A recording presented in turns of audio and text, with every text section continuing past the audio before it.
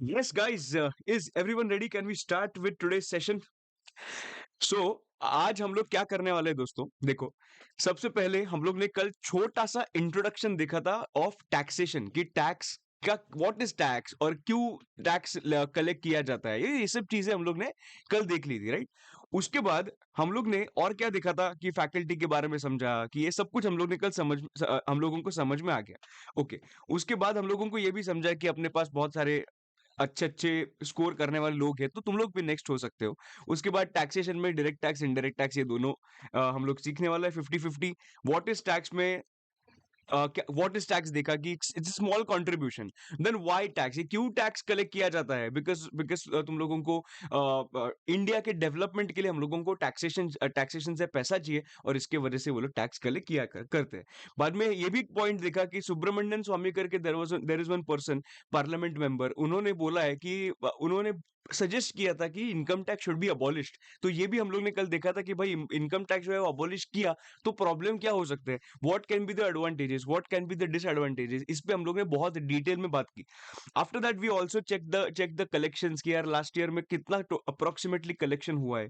Then कौन कौन collect करते हैं टैक्सेस, टोटल टैक्स पेयर्स कितने हैं, ओनली 2.2%, और खाने वाले कितने हैं? दोस्त, खाने वाले हैं 100%। और सिर्फ ये नहीं, सी देखो देखो बात, 2.2% सिर्फ अडल्ट पॉपुलेशन है। 2.2% सिर्फ अडल्ट पॉपुलेशन है। खाने वाले तो ये 100% है ही, पर अलोंग विद दैट जो माइनर्स है वो भी खाने वाले। अंडरस्टैंडिंग? तो इसकी वजह से ना हम लोगों को ये भी समझना है कि 2.2% का परसेंटेज टोटल पॉपुलेशन से और कम आएगा, अडल्ट एंड माइनर मिला के, राइट? तो ये बात है। उसके बाद बात किया था टैक्स ऑन अल्कोहल, अल्कोहल पे क्या टैक्स टैक्स लगता है और जीएसटी लगता है क्या, मेनली हम लोग ने ये बात किया था कल। After that we started with GST on petrol लगता है क्या। उसके बाद देखा, अरे पैसा ही पैसा, डैश डैश डैश, मजे ही मजे। तो इसमें there were 5 heads of incomes का तुम लोगों को छोटा सा मैंने इंट्रोडक्शन दे दिया था कि there are 5 heads of incomes, everybody will repeat along with me. 5 heads of incomes में सबसे पहला head of income is income from salary. उसके बाद इनकम फ्रॉम हाउस प्रॉपर्टी। उसके बाद आता है कैपिटल गेन्स। उसके बाद आता है profits and gains from business और profession. And the last part is other sources, income from other sources. If you add all these things, you will get gross total income. Right? Is everybody clear? कुछ problem नहीं है? Okay, तो आज हम लोग थोड़ा सा आगे बढ़ेंगे और आज हम लोग थोड़ा सा सब्जेक्ट के बारे में बात करेंगे कि अगर हम लोगों को इनकम टैक्स पढ़ना होगा तो हम लोगों को कौन से चैप्टर्स आते हैं, क्या क्या होता है, तो इसके बारे में थोड़ा हम लोग बात करना चालू करेंगे। ठीक है? नाउ द पॉइंट इज कि मैंने तुम लोगों को कल दिखाया था कि this is the format for total income and tax computation. मतलब अगर मुझे इनकम निकालना होगा, इनकम टैक्स निकालना होगा, देन इन दैट केस सबसे पहले इनकम निकालना पड़ेगा। बराबर है? तो इनकम निकालने के लिए मुझे 5 हेड्स ऑफ इनकम्स के बारे में बात किया था। नाउ सर, आपने ऐसे क्यों लिखा ऊपर? तो आपने जब भी एक्सप्लेन किया था तभी सैलरी लिखा, रेंटल इनकम मिला तो हाउस प्रॉपर्टी लिखा, अगर सेल किया प्रॉपर्टी तो कैपिटल गेन लिखा, और अगर मैंने मेरा बिजनेस होगा देन इन दैट केस वो पीजीबीपी के अंदर गया। नाउ पीजीबीपी मतलब profits and gains from business और प्रोफेशन। एंड उसके बाद अदर सोर्सेस, पर नीचे आपने फॉर्मेट चेंज क्यों किया? मतलब उसके पहला सैलरी, हाउस प्रॉपर्टी, बाद में सर ऊपर तो कैपिटल गेन था ना। मैं तुम लोगों को बताऊं, you have to write the answer in this format only. You have to write the answer. जब भी तुम लोग आंसर लिखोगे तुम लोगों को यही फॉर्मेट में आंसर लिखना है। नाउ द पॉइंट इज कि क्यों सर ये फॉर्मेट में क्यों लिखना है, I will tell you the logic behind this. First thing, तो जो इनकम टैक्स का फॉर्म रहता है ना, वो इनकम टैक्स के फॉर्म में ये फॉर्मेट में लिखा होता है। पर ये तो मैकेनिकल आंसर हो गया कि उधर दिखा है इसके लिए करना पड़ेगा। मैं तुम लोगों को लॉजिकल आंसर देता हूं कि ये फॉर्मेट में क्यों लिखना है। नंबर वन, सबसे पहले देखो, एवरी हेड ऑफ इनकम का ना, एवरी हेड ऑफ इनकम का there is one charging section. Every head of income का there is one charging section. Charging section मतलब क्या कि ये सेक्शन देखने के बाद मुझे समझेगा कि ये जो इनकम है वो सैलरी में जाएगा या नहीं जाएगा। ये सेक्शन देखने के बाद मुझे समझेगा कि ये इनकम जो है वो हाउस प्रॉपर्टी में जाएगा या नहीं जाएगा। सो can I say there will be 5 heads of incomes, so there will be 5 charging sections everybody. अगर 5 हेड्स ऑफ इनकम्स है तो 5 चार्जिंग सेक्शंस होने चाहिए जिसमें कंडीशंस के बारे में बात किया है। If you satisfy those conditions then in that case your income will fall under those heads. तो सर, सैलरी का चार्जिंग सेक्शन क्या है? सैलरी का चार्जिंग सेक्शन इज, ओके इधर लिखता हूं मैं, सैलरी का charging section is section number 15। Okay. उसके बाद हाउस प्रॉपर्टी का अगर मैंने देखा charging section is section number 22। उसके बाद मैंने देखा पीजीबीपी का charging section is section number 28। उसके बाद कैपिटल गेन्स का charging section is section number 45।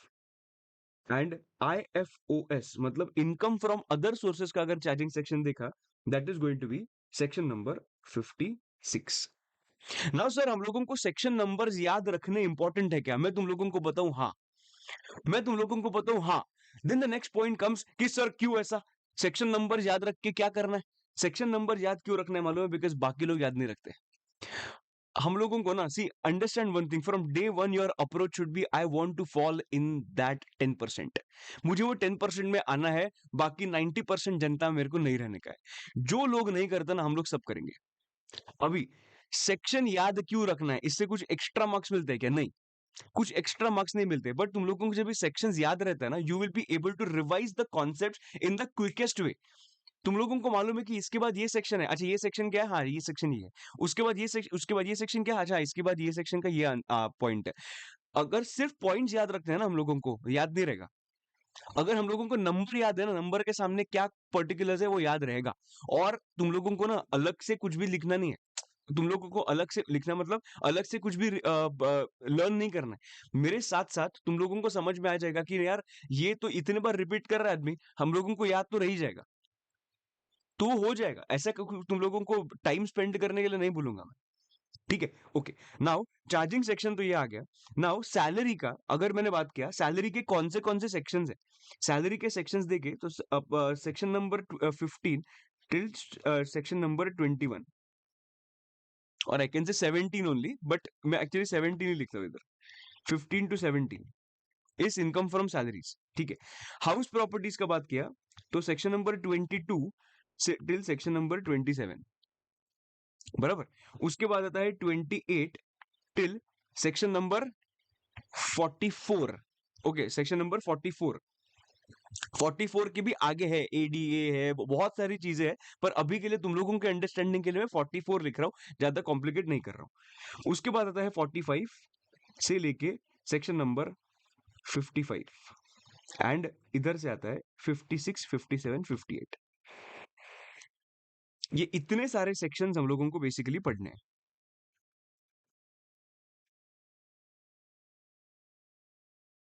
ना तुम लोगों को समझ रहा है कि इनकम टैक्स एक्ट में कैसे सब कुछ लिखा है? इनकम टैक्स एक्ट में सैलरी सबसे पहले है, उसके बाद हाउस प्रॉपर्टी है, बाद में पीजीबीपी है, बाद में कैपिटल गेन्स है, एंड देन आईएफओएस है, and that's why your format is also looking exactly like this. Correct, एकदम नो प्रॉब्लम, ओके। अभी मैं तुम लोगों को एक छोटी सी चीज अभी एक्सप्लेन करूंगा चालू करने के पहले, मतलब थोड़ा सा इंट्रोडक्शन में कंप्लीट करता हूँ टैक्स का, and then we will start with आगे का पार्ट। ठीक है, कुछ भी लिखना मत, I will give you time to write everything. ठीक है, डोंट वरी। अभी बात करते हैं who has given the power to the government to levy tax. देखो, जब तक गवर्नमेंट के पास पावर नहीं है ना, जब तक गवर्नमेंट के पास पावर नहीं है ना, तब तक गवर्नमेंट टैक्स नहीं लगा सकता। ये चीज दिमाग में डालना। गवर्नमेंट के पास भी ना, गवर्नमेंट कुछ गॉड नहीं है, गवर्नमेंट के ऊपर भी कोई है, एंड दैट ऊपर वाला is constitution of India. Constitution of India में स्पेसिफिकली लिखा होना चाहिए कि ये गवर्नमेंट के पास ये टैक्स लगाने का पावर है, ये गवर्नमेंट के पास ये टैक्स लगाने का पावर है। मतलब सेंट्रल गवर्नमेंट के पास ये टैक्स लगा, सेंट्रल गवर्नमेंट ये टैक्स लगा सकता है, स्टेट गवर्नमेंट ये टैक्स लगा सकता है। ये पावर उनको मिलना चाहिए, और वो मिलने के लिए चाहिए उसका mention in the constitution of India. Now the point is, जब तक उनके पास पावर नहीं है तब तक वो नहीं लगा सकते। So who has given the power to the government to levy taxes? बापों का बाप, that is constitution of India. Constitution of India ने पावर देके रखा है, और उनको मालूम है अगर मैंने सेंटर और स्टेट को अगर पावर डिस्ट्रीब्यूट नहीं किया ना, देन इन दैट केस ये लोग झगड़ा ही करेंगे। वैसे भी झगड़ा करते हैं, पर हम लोग और भी वो लोग झगड़ा करना चालू करेंगे। And that's why what they did is they started, they have done the bifurcation in the lists. ये तुम लोग ने फाउंडेशन में कभी पढ़ा होगा कि there are 3 lists in constitution of India का, article 246। That is, one is union list, second one is state list, and third one is concurrent list. Now sir, ये यूनियन लिस्ट क्या होता है? यूनियन लिस्ट के अंदर क्या लिखा है? यूनियन लिस्ट के अंदर they have specified certain subjects. और हाँ subjects on which law can be made only by the central government, law can be made only and only by the central government. ये किधर आता है? Union list. इधर state list, state government बीच में नहीं आ सकता यूनियन लिस्ट के subjects के अंदर, right.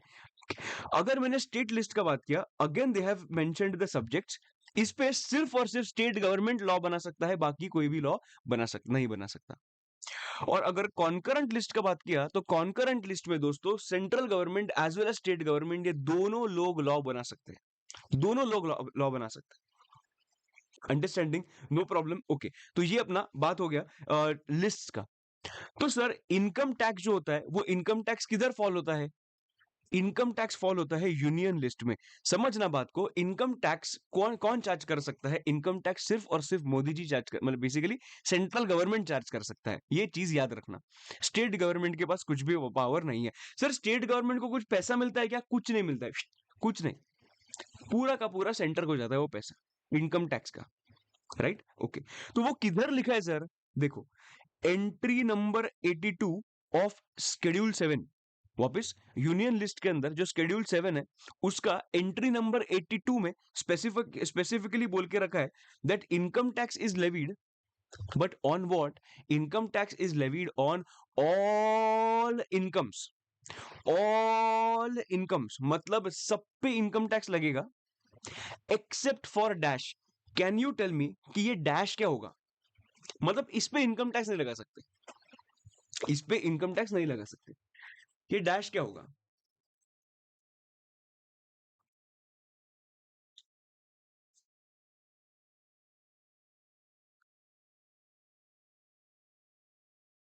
Absolutely right.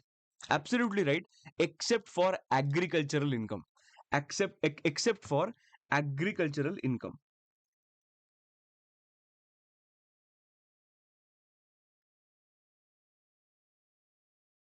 Super.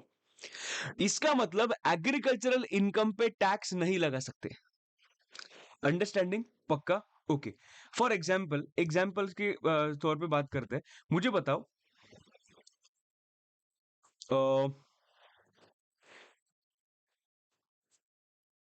Delhi government को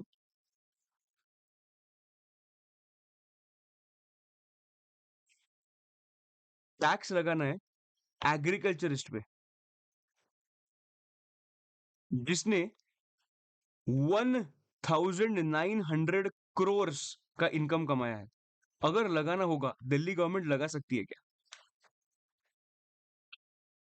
दिल्ली से बेटर मैं एग्जांपल लेता हूं, महाराष्ट्र गवर्नमेंट। चल, अगर महाराष्ट्र गवर्नमेंट को टैक्स लगाना है एग्रीकल्चर को और उसने कितना कमाया है? 1900 कमाया होगा इनकम, तो लगा सकती है क्या?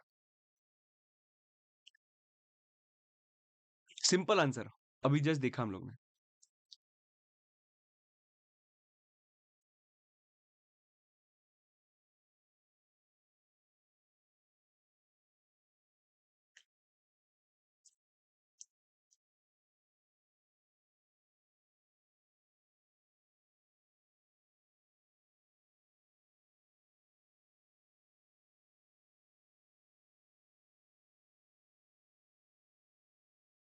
मैं तुम लोगों को बोलूं, अगर महाराष्ट्र गवर्नमेंट को एग्रीकल्चरिस्ट पे टैक्स लगाना है ना, तो महाराष्ट्र गवर्नमेंट उस पे टैक्स लगा सकती है, no problem. Answer is yes, because restriction किस पे है दोस्त? ये रिस्ट्रिक्शन किस पे है? रिस्ट्रिक्शन तो सेंट्रल गवर्नमेंट पे डाल दिया ना, सेंट्रल गवर्नमेंट पे रिस्ट्रिक्शन डाल दिया कि भाई तुम लोग कौन से भी इनकम पे, मतलब बीइंग एन एग्रीकल्चरल इनकम, उस पे नहीं लगा सकते इनकम टैक्स। पर this restriction is only on the central government, not on the state government. And इसके वजह से state government can levy income tax on agriculture. Now the question comes, sir existing का बात किया, अगर एग्जिस्टिंग सिनेरियो का बात किया, is there any central government who is charging income tax on agricultural income? Answer is big no. कोई भी ऐसा स्टेट गवर्नमेंट नहीं है जो एग्रीकल्चरल इनकम पे टैक्स लगा रहा है। मैं तुम लोगों को बताऊं एग्रीकल्चरल इनकम पे टैक्स क्यों नहीं लगा रहा है? क्योंकि it is not a good political move. It is not a good political move. You just think about it, you just think about it कि तुम लोग सिटीजन हो, और मैं सीएम बन गया वो स्टेट का, ठीक है, और तुम लोग वो स्टेट के सिटीजन हो, अभी तक एग्रीकल्चरल इनकम पे 1 रुपए का टैक्स नहीं लग रहा है। मैं आ रहा हूं अभी, मैं पावर में आया, और पावर में आने का मैंने बोला अभी कल से एग्रीकल्चर इनकम पे टैक्स लगेगा 20%। How will you look at me as a person? बोलेगा क्या आदमी है यार, एग्रीकल्चर इनकम पे टैक्स ले रहा है। अभी तक किसी ने एग्रीकल्चर इनकम पे टैक्स नहीं लिया, और ये कौन आ गया बड़ा आदमी, एग्रीकल्चर इनकम पे टैक्स ले रहा है। तो हल्ला मच जाएगा, हल्ला, और रेप्यूटेशन ना मेरा खराब हो जाएगा। और इसके वजह से एग्रीकल्चरल इनकम पे टैक्स नहीं लेने का major reason is political move. It is not a good political is, I hope everybody is understanding कि क्यों हो रहा है ऐसा। पर गवर्नमेंट, स्टेट गवर्नमेंट लगा सकता है क्या? लगा सकता है, पर कोई लगा नहीं रहा है अभी। एक क्वेश्चन पूछता हूं तुम लोगों को, अकॉर्डिंग टू यू एग्रीकल्चरिस्ट पे टैक्स लगाना चाहिए कि नहीं लगाना चाहिए? Considering the agriculture is one of the major pillars of India. तो मुझे एक चीज समझना है कि एग्रीकल्चर पे टैक्स लगाना चाहिए नहीं लगाना चाहिए, एग्रीकल्चर इनकम पे।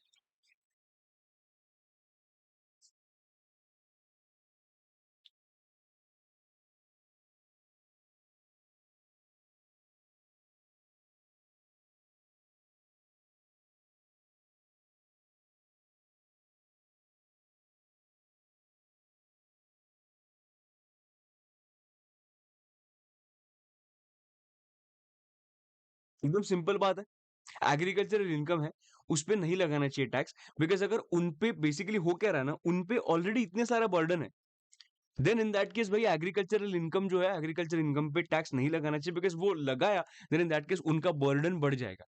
एंड तू सब जगह देख, इनकम टैक्स एक्ट में सब जगह देख, किसी पे भी उन्होंने टैक्स नहीं लगाया है, बिकॉज वो उनके पास पावर ही नहीं है लगाने का।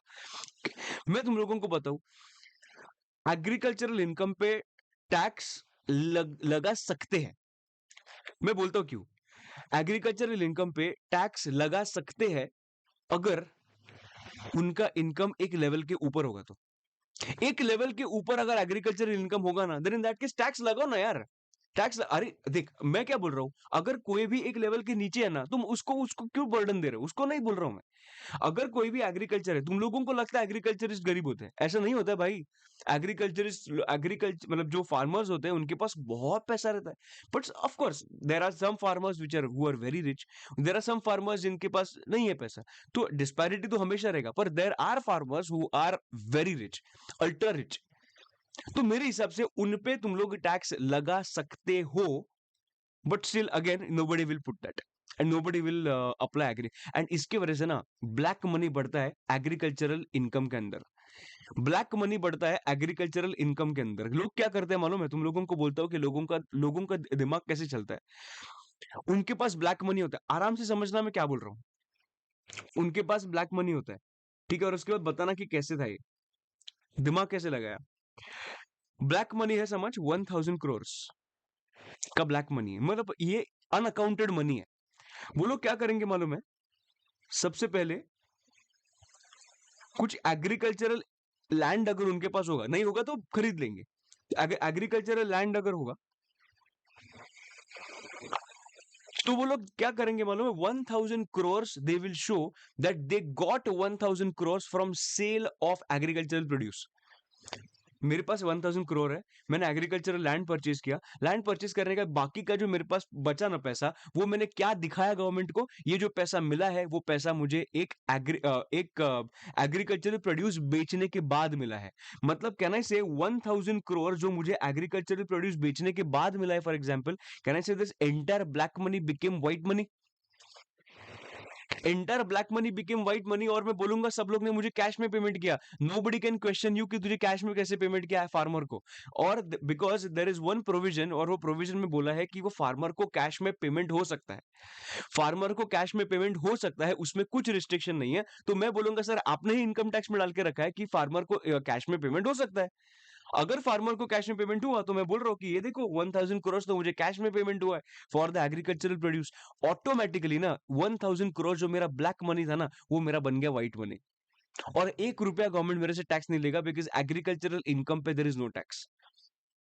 तुम लोग को समझ रहे कैसा लोग दिमाग चलाते हैं? और इसके वजह से ना ब्लैक मनी बहुत ज्यादा इंट्रोड्यूस हो रहा है इन एग्रीकल्चरल एरिया। लोग वही करते हैं ना, ब्लैक मनी होगा, एग्रीकल्चरल लैंड खरीदते हैं और दिखाते हैं कि जो ब्लैक मनी है वो दिखाते हैं एग्रीकल्चरल प्रोड्यूस बेच के किया है। और क्या डॉक्यूमेंट्स बनाने के लिए कितना टाइम लगता है? डॉक्यूमेंट्स वो लोग बना देंगे इधर इधर इधर से मिला करके।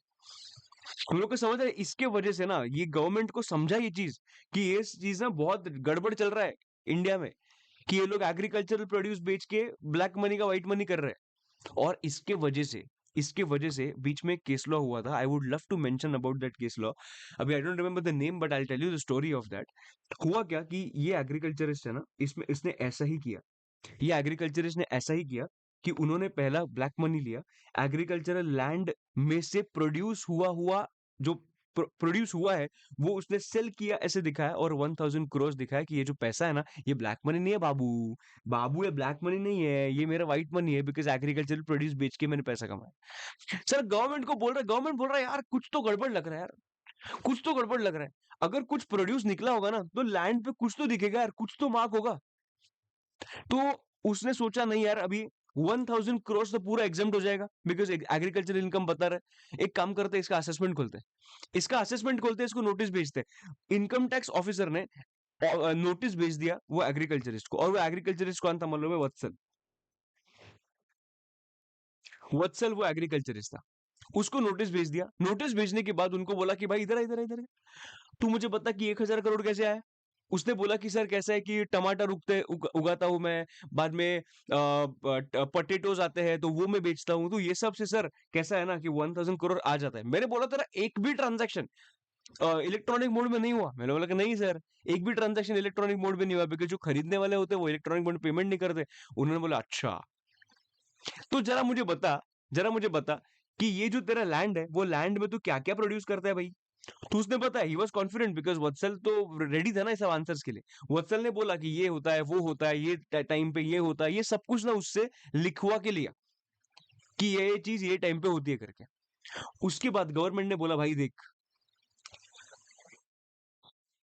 कभी भी इनकम टैक्स ऑफिसर के सामने झूठ नहीं बोलने का। तो उसने बोला वत्सल बोल रहा है मैं झूठ नहीं बोल रहा हूँ सर, मैं झूठ थोड़ी बोल रहा हूँ। उन्होंने बोला वापस बोल रहा हूँ मैं, अगर कुछ होगा तो मेरे सामने बता दे। वो वत्सल बोल रहा है कि मैं नहीं बताऊंगा because this is the truth. Government कौन से लेवल तक पहुंच सकता है ना, I give you an example. Government ने क्या किया मालूम है? जो जो चीज वत्सल से लिखवा के ली थी ना कि ये टाइम पे ये प्रोड्यूस आया था, ये टाइम पे ये प्रोड्यूस हुआ था, उसके बाद ये बेचा। Government took a satellite photos, government took satellite photos for that particular person of that particular land. Government came up with evidences, government gave those evidences and kept those evidences in front of Vatsal and said अभी मुझे बता कि कौन से time पे तेरा क्या क्या हुआ था। ना एक एक चीज डिस्कस करने लगे वो लोग कि अच्छा तू बोल रहा कि इधर टमाटर आने वाले थे, भाई इधर किधर है टमाटर? तेरे सैटेलाइट की फोटोज में कुछ हालचाल ही नहीं है इधर, एक बंदा आ नहीं रहा है, सिर्फ कुत्ते इधर उधर जा रहा है। तो तू क्या बोल रहा है एग्रीकल्चरल इनकम? तो सबके सब जो जो टाइमलाइन दिया था ना वत्सल ने, वो सबके सब टाइमलाइंस का उन्होंने सैटेलाइट का फोटो निकाले और देखे कि एक्चुअली प्रोड्यूस हुआ था कि नहीं हुआ था। तुम लोग सोच सकते हो इनकम टैक्स ऑफिसर के पास और असेसिंग ऑफिस और इनकम टैक्स डिपार्टमेंट के पास क्या पावर होता है। भाई सैटेलाइट के फोटोज निकालना मतलब तो सोच सकता है क्या लेवल तक वो पहुंचे जाएंगे।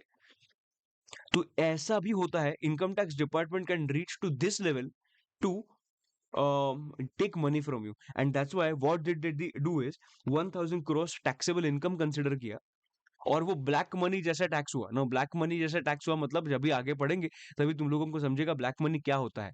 मतलब तुम लोगों को मालूम है क्या, the tax rate of black money, मतलब ब्लैक मनी अगर बात किया, मैं सिर्फ टैक्स का बात कर रहा हूँ, पेनल्टी का बात ही नहीं कर रहा हूँ। 60% plus 25% of compulsory surcharge plus 4% of health and education cess. This is the tax which government collects. 60 plus 25 plus 4%. Now ये कैसे आता है क्या आता है वो तुम लोगों को बताऊंगा, पर मैं जस्ट बता रहा हूँ कि इतना टैक्स गवर्नमेंट कलेक्ट करता है। नाउ ये सब कैन आई से दैट ये एकदम बहुत अलग लेवल पे गवर्नमेंट जाके उन्होंने एक्शन लिया। So this is what the income tax department of India can do with the assessees. और ऐसा करना ही चाहिए बिकॉज लोग चोरी कर रहे हैं ना, लोग चोरी कर रहे हैं तो उनको तो पकड़ना जरूरी है। तो ये लेवल तक गवर्नमेंट जा सकता है। इज एवरीबडी अंडरस्टैंडिंग कि क्या हुआ ये पूरे केस में?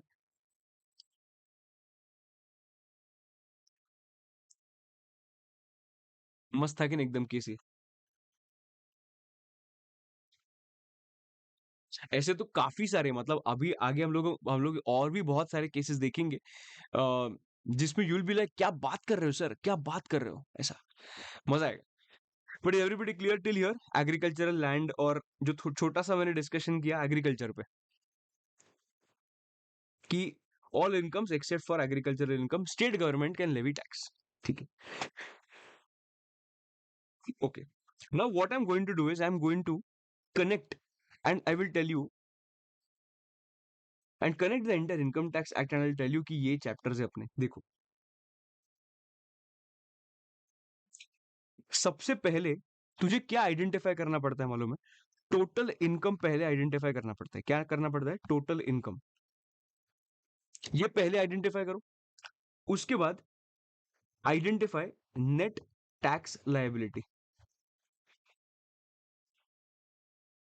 तुझे इनकम कंप्यूट करने के बाद सीधा किधर जाना है? नेट टैक्स लायबिलिटी कंप्यूट करना है, ठीक है। पर ये जो 2 स्टेप का प्रोसेस लग रहा है ना, इसके बीच में क्या क्या आता है तुम लोगों को मैं बोलता हूं। सबसे पहले तुम लोगों को आइडेंटिफाई करना पड़ता है residential status of that person. मतलब जो भी, जिसका भी हम लोग इनकम आइडेंटिफाई कर रहे हैं ना, उसका हम लोगों को सबसे पहले रेजिडेंशियल स्टेटस आइडेंटिफाई करना पड़ता है कि भैया वो रेजिडेंट है कि नॉन रेजिडेंट है। तुम लोग मुझे बताओ, एक मुझे क्वेश्चन पूछना है। एक नॉन रेजिडेंट होगा, फॉर एग्जाम्पल इलॉन भैया, इलॉन मस्क है, वो एक नॉन रेजिडेंट है। इलॉन मस्क जो यूएस में पैसा कमा रहा है, उसका टैक्स इंडिया में देगा क्या? उसका टैक्स इंडिया में देगा क्या जो यूएस में कमा रहा है? Absolutely no. So can I say non resident के लिए foreign income is not taxable in India? Non resident के लिए foreign income is not taxable in India, correct है। Now I will give one example. I am a resident person, मैं India में पैसा कमाता हूं, मुझे इंडिया में टैक्स देना पड़ेगा। I am an Indian citizen, मैं रेजिडेंट हूं, समझ, रेजिडेंट हूं और मैं आउटसाइड इंडिया पैसा कमा रहा हूं, तो भी मुझे इंडिया में पैसा देना पड़ेगा। मैं इंडिया में कमाऊं या आउटसाइड इंडिया कमाऊं, मुझे इंडिया में टैक्स देना पड़ेगा, because I am a resident person. इसके बारे में थोड़ा डिटेल में बात करेंगे, पर जस्ट तुम लोगों को बता रहा हूं कि रेजिडेंशियल स्टेटस के हिसाब से तुम लोगों का इनकम कैन चेंज। क्या टैक्स होगा, क्या नहीं होगा, बिकॉज हम लोगों को क्या निकालना है? सबसे पहले टोटल इनकम निकालना है। सो can I say first thing is to identify कि ये जो पर्सन है, वो पर्सन एक रेजिडेंट पर्सन है या वो पर्सन एक नॉन रेजिडेंट पर्सन है। तो सबसे पहला स्टेप होता है अपना identify the residential status.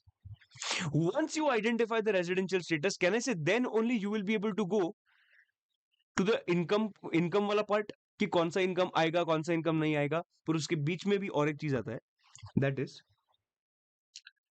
Identify exempt incomes. Identify exempt incomes, कि कौन से इनकम्स तुम लोगों के लिए एग्जेम्प्ट है, वो आइडेंटिफाई करो। सबसे पहले क्या किया? Identify the residential status. उसके बाद क्या किया? आइडेंटिफाई कौन से इनकम्स जो इसको लगते हैं जो वो एग्जेम्प्ट फ्रॉम टैक्स है, वो भी आइडेंटिफाई कर ले। सो मैं इधर थोड़ा ये नीचे लिखता हूं, और हम लोग थोड़ा सा ये ऐसा करके लिखते हैं, जैसे फ्लो चार्ट का फील आएगा अपने को, कि कौन सा एग्जेम्प्ट इनकम है वो हम लोग ने आइडेंटिफाई कर दिया अभी। ठीक है, नाउ कहने से एग्जेम्प्ट इनकम तो मुझे समझ में आ गया। अभी हम लोगों का बारी आ गया टैक्सेबल इनकम देखने का, बराबर। Then what I will see is check heads of incomes, और कंप्यूट बोलता हूं मैं, compute heads of incomes, compute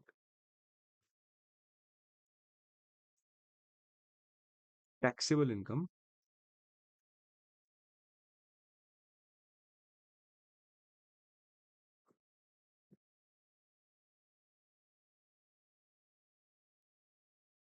इधर आएगा 5 हेड्स, बराबर। सबसे पहले रेजिडेंशियल स्टेटस आइडेंटिफाई किया, तो मुझे समझा तू रेजिडेंट है, तो मुझे समझा कि कौन सा इनकम तेरे इसमें आने चाहिए। अच्छा, तू एक रेजिडेंट पर्सन है, ये इनकम आना चाहिए, अरे पर ये इनकम तो क्या है? एग्जेम्प्ट फ्रॉम टैक्स है। ठीक है, उसके बाद देखेंगे 5 हेड्स ऑफ इनकम्स। 5 हेड्स में देखो कि कितना टैक्सेबल है। सो कहने से मुझे टैक्सेबल इनकम मिल गया। एक पहले आइडेंटिफाई किया रेजिडेंट नॉन रेजिडेंट, उसके बाद एग्जेम्प्ट कितना, उसके बाद टैक्सेबल कितना। मुझे क्या मिलेगा? मुझे क्या मिलेगा मालूम है? मुझे मिलेगा क्या मिलेगा? मतलब मुझे मिलेगा ग्रॉस टोटल इनकम। पर उसके पहले मैं तुम लोगों को एक चीज बताना चाहता हूँ। There is a possibility, there is a possibility कि हाउस प्रॉपर्टी के अंदर I am having a loss of 1,50,000। I am having a loss of 1,50,000। एक 2 मिनट रुक, मैं एक्सप्लेन करता हूँ and then you can write. एक मुझे फ्लो बनाने दे, एक बार फ्लो बनाऊंगा ना, then you can write it आराम से। मतलब तो हम लोग का टाइम दूंगा मैं। हाउस प्रॉपर्टी में मुझे लॉस आ रहा है 1,50,000 का। Expenses are more than my incomes, ठीक है। उसके बाद मेरा बिजनेस में इनकम है, पीजीबीपी के अंदर इनकम है, and that is 3 lakhs। When I'm computing the gross total income, the question comes, sir, will I be able to set off this house property का loss against PGBP का income? क्या लगता है तुम लोगों को? Can you tell me? क्या लगता है तुम लोगों को? Can you tell me कि मैं लॉस सेट ऑफ कर सकता हूँ क्या? मैं जब भी थ्री जब भी आइडेंटिफाई कर रहा हूं, तभी अगर मुझे एक हेड में लॉस होगा और दूसरे हेड में इनकम होगा, तो can I say I will be able to set off the loss against income?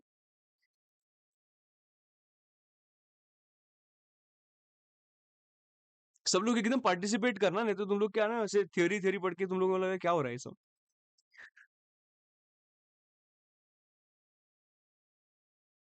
Okay, वत्सल बोल रहा है कि नहीं तू नहीं कर सकता, अजीज बोल रहा है नहीं कर सकता है, कुमार बोल रहा है नहीं कर सकता, नकुल बोल रहा नहीं कर सकता, श्रेष्ठा yes, Jishant yes, Kavindra yes, अपूर्व यस। मैं तो बोल रहा कर सकता है ना, क्या प्रॉब्लम है?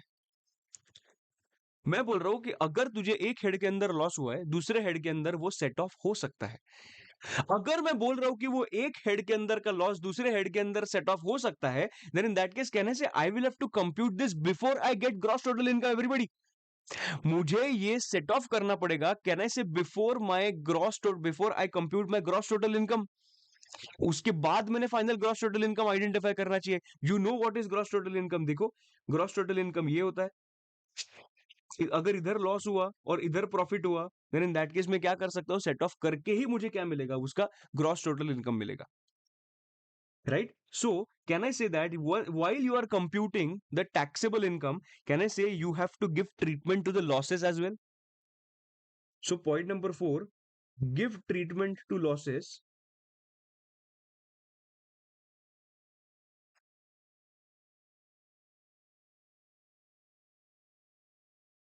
before we compute gross total income।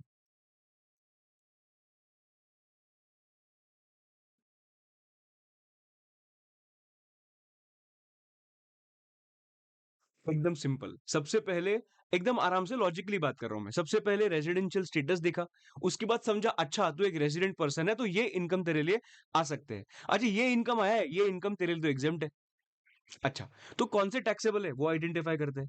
Taxable identify करते करते मुझे समझा कि एक हेड में तो लॉस आ रहा है और एक हेड में इनकम आ रहा है, तो वो पहले क्या कर दे, सेट ऑफ कर दे। तो मैंने क्या कर दिया, लॉसेस सेट ऑफ कर दिया। एकदम सिंपल। अभी क्या हुआ मालूम है? अभी मैंने अजीज का एग्जांपल लेता हूं। अजीज के पास ना, अजीज के पास समझ दो बेटे हैं उसके, छोटे छोटे बेटे। उसकी शादी हुई है 6 महीने पहले और उसके 2 बेटे हुए। ठीक है, वॉट एवर इट इज। अभी अजीज को भी तुम लोग इतना जज मत करो। अभी अजीज है, अभी क्या कर सकते हैं। तो अभी 6 महीने पहले उसकी शादी हुई है और उसके 2 बेटे छोटे छोटे। ठीक है, और वो दोनों बेटे हैं 2 साल के। वो दोनों बेटे हैं 2-2 साल के। ठीक है, अभी ये बेटे जब भी बड़े होंगे, फॉर एग्जांपल बड़े हो गए और समझ एक 14-15 ईयर्स के बाद, 14-15 छोड़ो, 5-6 साल के बाद ना इतना मस्त गाना गाने लगे ना, इतना मस्त गाना गाने लगे कि अरे अजीज बोल रहा है वाह क्या बात है, इतना मजा आ गया एकदम। मजा आ गया एकदम। तो वो ना उसको एंटरटेनमेंट घर पे मिलता था। ये लोग गाना गाते थे और ये मस्त ऐसे सुनता था गाना। तो हुआ क्या कि यार अजीज बोल रहा है यार मजा आ रहा है, मजा आ रहा है एकदम। एक काम करो, इंडियन आइडल में चले जाओ, इंडियन आइडल में चले जाओ बोलता है। तो ये उसको बोलता है इंडियन आइडल में चला जा, इसको बोलता है कि तू इधर ताली मारने के लिए जा, बिकॉज तू इतना अच्छा नहीं गाता है। पर ये जो बंदा है ना, ये अच्छा गाता है। इसके वजह से ये एक बच्चे को तो वो इंडियन आइडल में भेजता है, और वो एक बच्चा इंडियन आइडल माँ कसम जीत जाता है। इंडियन आइडल जीत जाता है। इंडियन आइडल अभी इसका फर्स्ट बच्चे का नाम क्या है? फर्स्ट बच्चे का नाम है शिवम करके। ठीक है, शिवम है। शिवम भैया तो इंडियन आइडल जीत गया। इंडियन आइडल जीतने के बाद ना शिवम को पैसा मिला। वो अरे 6 साल का है यार, 6-7 साल का है वो। और उसको पैसा मिला कितना मालूम है? 10 लाख रुपया। 10 लाख रुपए मिला। पॉइंट इज भाई, शिवम के हाथ में टैक्स लगेगा क्या? शिवम को टैक्स देना पड़ेगा क्या 10 लाख रुपए पे? तुम लोग सोचो, 10 लाख इनकम तो है। Do you think government is going to leave the tax on 10 lakh rupees? तुम लोगों को लगता है क्या कि गवर्नमेंट ये 10 लाख रुपए पे टैक्स छोड़ेगा? ऐसा अंदर से आंसर आया होगा, नहीं सर क्यों छोड़ेगा। अरे छोड़ने क्यों छोड़ेगा भाई? अगर 10 लाख पे टैक्स क्यों छोड़ेगा? अगर यही 10 लाख रुपए कोई दूसरा कमाता तो हम लोग को बोलते कि हाँ टैक्स ले लेंगे। पर अभी हम लोग 2 बार क्यों सोच रहे? बिकॉज ये एक माइनर का इनकम है। अगर ये एक माइनर का इनकम है ना दोस्त, देन इन दैट केस इस पे टैक्स लगेगा कि नहीं, ये क्वेश्चन है। 100% यस भाई, गवर्नमेंट बोल रहा है भाई माइनर को अक्ल नहीं है ना रिटर्न भरने का, टैक्स भरने का, तो उसके पप्पा को तो अक्ल है। तो उसको पप्पा तो बड़ा आदमी है, अगर उसको पप्पा है, अज्यूम करते हैं कि Aziz is major, he is not he is not minor, let's assume that. तो इन दैट केस अगर अजीज जो है वो 25-26 साल का है, फॉर एग्जाम्पल अगर 25-26 साल का अजीज है, तो कैन आई से दैट उसको उतना तो मालूम होगा कि टैक्स कैसे भरते हैं। तो गवर्नमेंट सेट की भाई जो भी इनकम माइनर कमाएगा ना, जो भी इनकम माइनर कमाएगा ना, वो माइनर का इनकम उसके पप्पा मतलब पेरेंट्स के हाथ में क्लब हो जाएगा। क्या बोल रहा हूं मैं? वो जो माइनर इनकम कमाएगा वो उसके पेरेंट्स के हाथ में क्लब हो जाएगा। मैं इतना ही बोल रहा हूं। अभी कौन सा पेरेंट क्या पेरेंट छोड़ दो अभी के लिए, वो आएगा क्लबिंग ऑफ इनकम में। पर मैं बोल रहा हूं 10 लाख रुपया will not be taxed in the hands of Shivam, it will be taxed in the hands of his parents. मतलब इन आवर एग्जाम्पल अजीज, अजीज के हाथ में 10 लाख रुपए टैक्स हो जाएगा। Right? So can I say this is basically I'm clubbing the income? I'm clubbing the income of a minor child, right? So इसके वजह से can I say ये भी मुझे ग्रॉस टोटल इनकम के पहले ही करना पड़ेगा एवरीबॉडी। ये भी मुझे ग्रॉस टोटल इनकम के पहले आइडेंटिफाई करना पड़ेगा। सो मैं इधर पांचवा चीज लिखता हूं, गिव और consider all incomes to be clubbed in the hands of the assessee.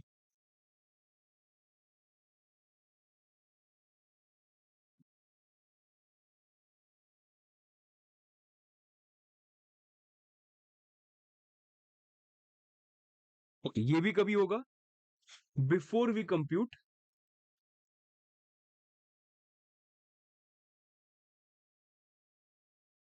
Compute gross total income.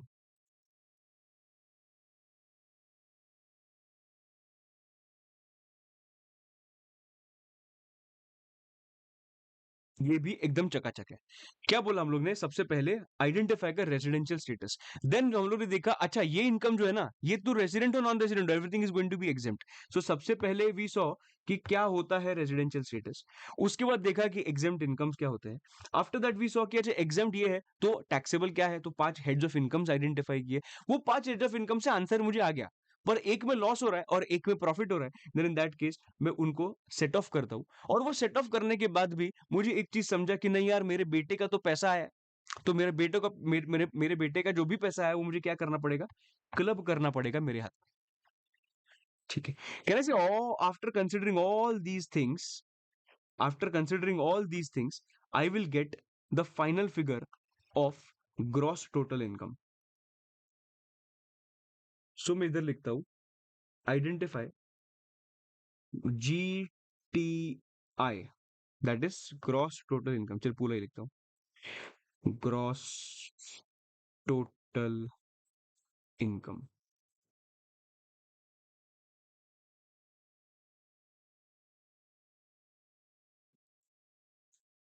एकदम मस्त, सब आएगा सब। रुक रुक जरा, धीरज, थोड़ा धीरज रख। ठीक है। तो मुझे ग्रॉस टोटल इनकम मिला। सर इस पे हम लोग टैक्स कंप्यूट करें क्या? ग्रॉस टोटल इनकम पे नहीं, इस पे हम लोग टैक्स कंप्यूट नहीं करेंगे। हम लोग टैक्स कंप्यूट करेंगे नेट टोटल इनकम पे। सर आपने तो बोला ग्रॉस टोटल इनकम कट करेंगे। अरे नहीं भाई, ग्रॉस टोटल इनकम जो होता है ना उसमें से गवर्नमेंट गिव्स अस बेनिफिट्स। हाँ हाँ, तुम लोग ने बराबर सुना। अरे बाबा, मैं बिलीव मी तुम लोग ने बराबर सुना। अरे तुम लोग को अभी विश्वास नहीं हो रहा? Government gives you benefits. ऐसे ऐसे तुम लोग क्या क्या क्या क्या क्या गवर्नमेंट क्या बेनिफिट्स बेनिफिट्स बेनिफिट्स हम लोगों को मिलता है, हाँ मिलता है मिलता है। सो हम लोगों को गवर्नमेंट थोड़ा बेनिफिट देता है। गवर्नमेंट सेज कि अच्छा तेरा इतना इनकम है ना, ये इनकम में से we will give you some benefits. अगर तूने सी देखो क्या है, अभी गवर्नमेंट के पीछे बेनिफिट देने का भी एक रीजन है। गवर्नमेंट का बेनिफिट देने के पीछे भी एक रीजन है। क्या बेनिफिट दे रहा है बोलो मालूम है? वो लोग बोल रहे हैं भाई तू इन्वेस्ट कर, तू इन्वेस्ट कर, तू इन्वेस्ट कर, तू इन्वेस्ट किया ना तू डिडक्शन ले ले। इसका मतलब क्या? अगर मैंने म्यूचुअल फंड में आज पैसा डाला ना, अगर मैंने म्यूचुअल फंड में आज पैसा डाला, government is saying that I will give you a deduction for that. For example मैंने म्यूचुअल फंड में पैसा डाला 90,000 रुपीज, LIC में पैसा डाला 30,000 रुपीज। गवर्नमेंट इज सेइंग कि LIC और म्यूचुअल फंड दोनों का हम लोग क्या देने के तुझे डिडक्शन दे देंगे। मतलब they are encouraging you to invest. If you invest, take a deduction. Invest, take a deduction. Invest, take a deduction.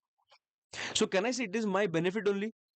क्योंकि आज मैं इन्वेस्ट कर रहा हूं। बिकॉज सोचना लोग क्या सोचते हैं, अरे यार इन्वेस्ट क्यों करना है, छोड़ना मैं नेक्स्ट मंथ करता हूँ, नेक्स्ट ईयर करता हूँ।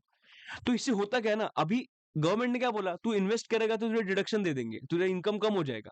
तो लोग क्या सोचते हैं, चल ना ठीक है ना डिडक्शन मिल जाएगा ना, तो एक काम करते इन्वेस्ट कर लेते हैं। सो एवरी ईयर ना लोगों का एटलीस्ट डिडक्शन के नाते इन्वेस्टमेंट भी हो जाता है, और उनका फ्यूचर सिक्योर होता है। उनका फ्यूचर सिक्योर होता है किसका? लोगों का।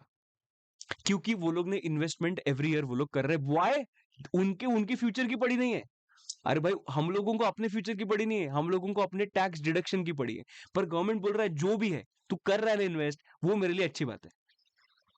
तो इसके वजह से ना इन्वेस्टमेंट को थोड़ा सा प्रमोट करने के लिए उन्होंने ये डिडक्शंस इंट्रोड्यूस किए हैं। So basically this is a benefit for us, if we invest we will get the benefit and we will get the deduction. ये मैंने एक बात किया। उसके बाद there is also a possibility कि ना there is a big chapter, और वो चैप्टर में हम लोग सीखेंगे कि क्या किधर इन्वेस्ट किया तो डिडक्शन मिलेगा और वो सब।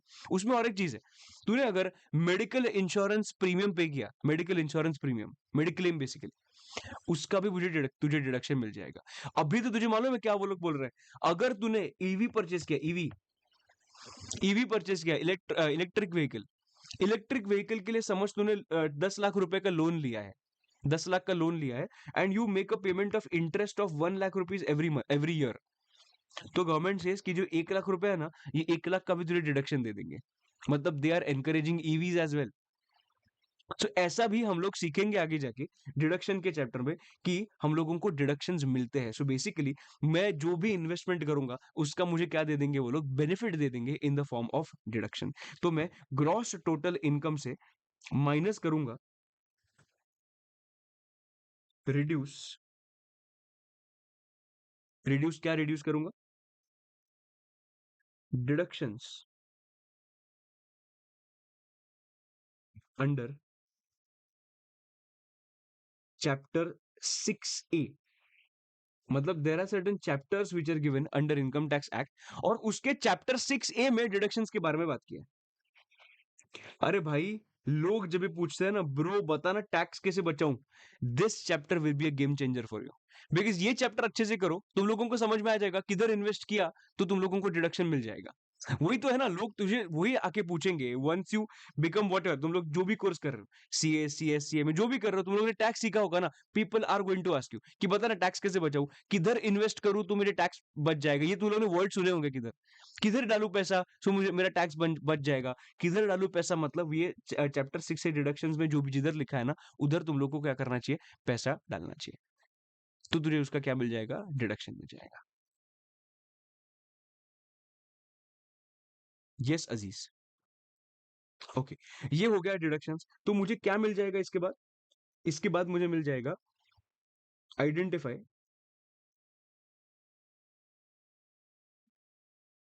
Net total income.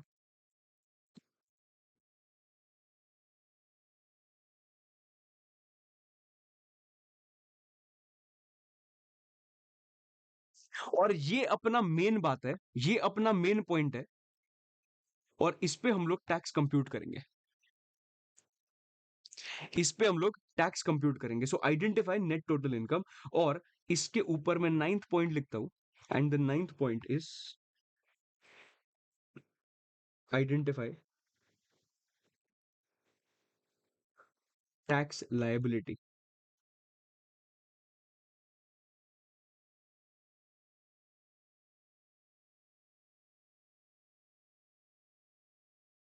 ठीक है, ये अपना टैक्स लायबिलिटी है। ओके, उसके बाद ये टैक्स लायबिलिटी के हिसाब से मुझे पेमेंट करना है, एंड तूने जो पेमेंट किया है वो पेमेंट करेक्ट है कि इनकरेक्ट है, गवर्नमेंट को कैसे समझेगा? अरे अगर तूने तूने कंप्यूट किया और कंप्यूट करने के बाद तुझे आंसर आया 1.57 लाख का, तूने टैक्स पे किया। गवर्नमेंट इज सेइंग कि भाई 1.57 लाख तेरा आया कैसे, वो तो बता। तो कहने से मुझे गवर्नमेंट को सब डेटा देना पड़ेगा विथ इन रिलेशन टू मेरा रेजिडेंशियल स्टेटस क्या है, विन इन रिलेशन टू कि मेरे एग्जेम्प्ट इनकम्स कौन से हैं, इन रिलेशन टू कि कौन से मेरे टैक्सेबल इनकम्स है, इन रिलेशन टू कि मेरे लॉसेस कौन से हैं जो मैंने सेट ऑफ किए हैं, इन रिलेशन टू कि मेरे कौन से इनकम क्लब हुए हैं, मेरा ग्रॉस टोटल इनकम क्या है, मेरे कौन से डिडक्शंस लिए हैं, मैंने बराबर डिडक्शन लिए हैं या नहीं लिए हैं, and then I will get net total income, and then उसके बाद जो टैक्स लायबिलिटी किया है कंप्यूटर बराबर किया है कि नहीं किया। डोंट यू थिंक ऊपर जो 9 पॉइंट्स किए हम लोग ने आइडेंटिफाई करने के लिए नेट टोटल इनकम, कहने से ये सब पॉइंट्स गवर्नमेंट को एक बार चेक करना पड़ेगा टू आइडेंटिफाई कि तूने जो 1.57 लाख पे किया है वो करेक्ट है या नहीं है। And we file that's why we file return of income with the government. We file return of income with the government, उसको बोलते हैं इनकम टैक्स रिटर्न। और ये जो रिटर्न ऑफ इनकम होगा दोस्त, ये रिटर्न ऑफ इनकम में सब कुछ बताऊंगा मैं कि कौन सा किधर से आया रेजिडेंशियल स्टेटस, मेरा ये इनकम क्या है, मेरा कौन सा सेट ऑफ होगा, क्या सेट ऑफ होगा, ये सब कुछ मैं वो रिटर्न ऑफ इनकम में बात करूंगा। And basically this is a statement, और वो स्टेटमेंट में मुझे इन्फॉर्मेशन सब डालना पड़ता है, इन्फॉर्मेटिव स्टेटमेंट एंड कंप्यूटेशन का स्टेटमेंट। एंड मैं तुम लोगों को बताऊं, तुम लोगों का पूरा टैक्स जो है ना, टैक्स, इनकम टैक्स, ये तुम लोगों को मैंने राइट हैंड साइड में दिखाया, this is your income tax. Now sir ये क्या, आपने तो स्टेप्स बताए, मैं तुम लोगों को अभी एक एक पॉइंट को एक एक चैप्टर से कनेक्ट करके देता हूँ। सबसे पहले आइडेंटिफाई द रेजिडेंशियल स्टेटस, इसके लिए हमारे पास एक चैप्टर है जिसका नाम है रेजिडेंशियल स्टेटस, तो वो हमारा चैप्टर नंबर 2 है। सो मैं इधर लिखता हूँ रेजिडेंशियल स्टेटस, ये चैप्टर पढ़ेंगे ये समझने के लिए। ठीक है, एग्जेम्प्ट इनकम्स के लिए हमारे पास एक चैप्टर है, इनकम्स विच डू नॉट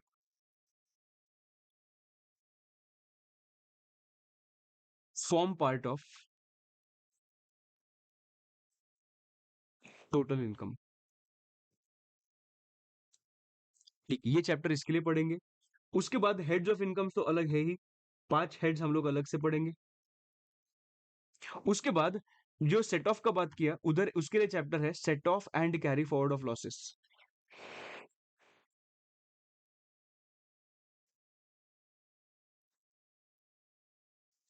उसके बाद क्लबिंग ऑफ इनकम करके एक चैप्टर है, ये क्लबिंग कर देखने के लिए। This is the only clubbing which you will see in the next 6 to 7 months, 6 to 9 months I would say, clubbing of income. उसके बाद जीटीआई तो आइडेंटिफाई ऑटोमेटिकली हो जाता है। डिडक्शंस के लिए हम लोग चैप्टर सीखेंगे, डिडक्शंस एंड डिडक्शंस एक अलग से चैप्टर है, राइट। नेट टोटल इनकम तो ऐसे निकलता है। और उसके बाद टैक्स लायबिलिटी आइडेंटिफाई जो करना होता है ना, वो हम लोग सीखेंगे बेसिक कॉन्सेप्ट्स में, फर्स्ट चैप्टर,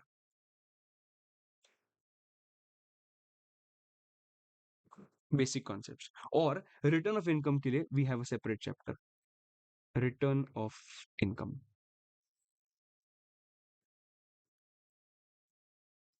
मैं तुम लोगों को एक चीज बताना चाहता हूँ कि जो हम लोग सीखेंगे ना, मुझे ये, मैंने इतना टाइम पास क्यों किया, why didn't I start with directly chapter number 1, और जो मैं क्यों नहीं स्टार्ट किया, तुम लोगों को एक चीज बताना है कि स्टार्ट टू एंड टैक्स का फ्लो क्या है। अगर स्टार्ट टू एंड टैक्स का फ्लो है ना, तुम लोगों को मालूम है ना कि अच्छा सबसे पहले रेजिडेंशियल स्टेटस आइडेंटिफाई करना, इसके लिए हम लोग पहले ये पढ़ रहे हैं। उसके बाद एग्जेम्प्ट इनकम्स क्या है, उसके बाद अगर तुम लोगों को फ्लो समझा ना, तुम लोगों का टैक्स का अंडरस्टैंडिंग एक अलग लेवल पे चला जाएगा। और ये मुझे चाहिए, तुम लोगों को सिर्फ सिखाना नहीं है कि ये हेड्स है, ये इसका टैक्स ये लगेगा, क्यों हो रहा है ऐसा। रेजिडेंशियल स्टेटस सबसे पहले क्यों आइडेंटिफाई हो रहा है, बिकॉज उसके बेसिस पे आइडेंटिफाई होगा कि तेरा जो इनकम है वो तेरे लिए मतलब एप्लीकेबल होता है कि नहीं होता टैक्स के लिए। उसके लिए सब कुछ मैंने एक एक फ्लो बना के दिया, and I told you I connected every practical point with your chapters. Now nothing we will learn which will be only in books and not practically. Practically everything is going to be there. Understanding. अभी मैं तुम लोगों को मेरे DT का रैपिडर दिखाता हूँ.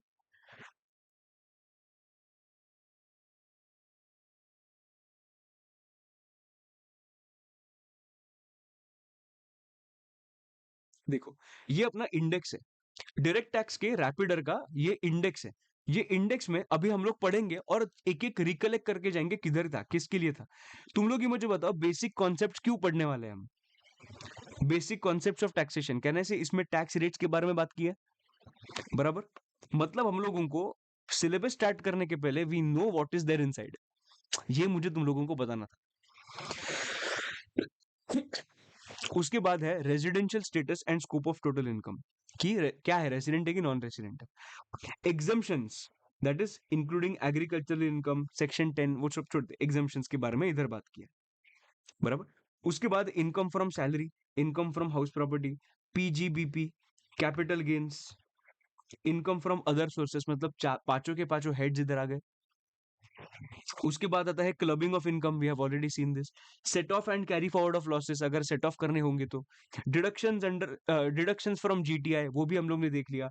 TDS का अलग कॉन्सेप्ट है, जब भी आएगा तभी बताऊंगा. और उसके बाद बात करते हैं return of income and self assessment. और बाकी आगे के तुम लोगों को अभी के लिए नहीं समझेगा.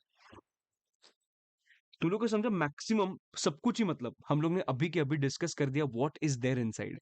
नाउ तुम लोगों को सब मालूम है कि क्या हो सकता है आगे. और लास्ट वाला क्या है मालूम है, टोटल इनकम एडजस्टमेंट्स. करते हैं बात उसके बारे में, ठीक है. पर बाकी अपने पास सब कुछ रेडी है. नाउ द पॉइंट इज कि देखो अपने पास ना मेमोरी टेक्निक्स अवेलेबल है 3 चैप्टर्स के. Now number 1 TDS, number 2 deductions, उसके बाद सैलरी, ये सब ठीक है. तो are you clear with the things which we are discussing here? Are you clear with the things which we are discussing here, boys and girls? So can I say we will be able to complete this chart. जो gross total income है, तुम लोग मुझे बता सकते हो मैं minus क्या करूंगा इसमें से. तुम लोग मुझे बता सकते हो मैं इसमें से माइनस क्या करूंगा. ग्रॉस टोटल इनकम में से तुम लोग ही मुझे बताओ कि क्या माइनस करूंगा मैं.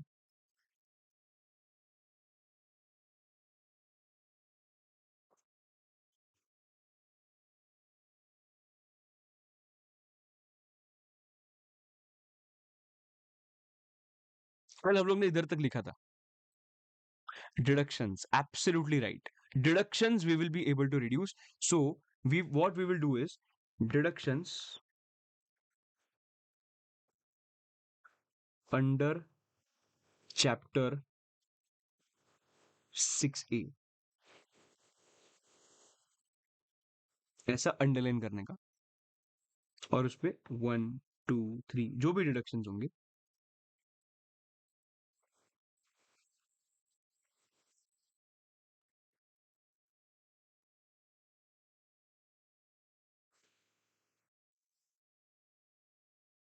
आउटर कॉलम में ब्रैकेट में लिखने का. और इधर क्या लिखूं मैं, नेट टोटल इनकम.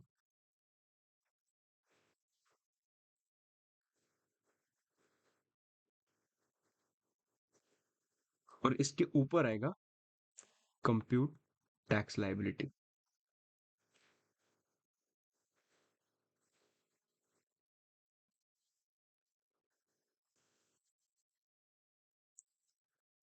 सिक्स नहीं, 6A.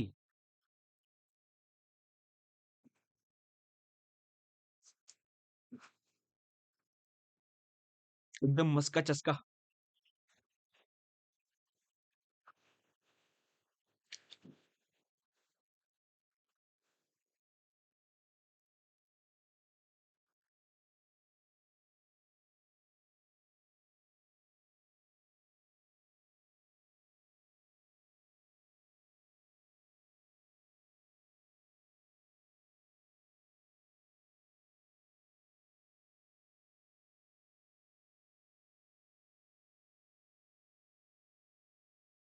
Okay, now just continue with this and complete this no once. उसके बाद मैं तुम लोगों को बता दो क्या लिखना है. जो हम लोग ने कल लिखा था वो एक बार कंटिन्यू करके लिख देना ना कंप्लीट।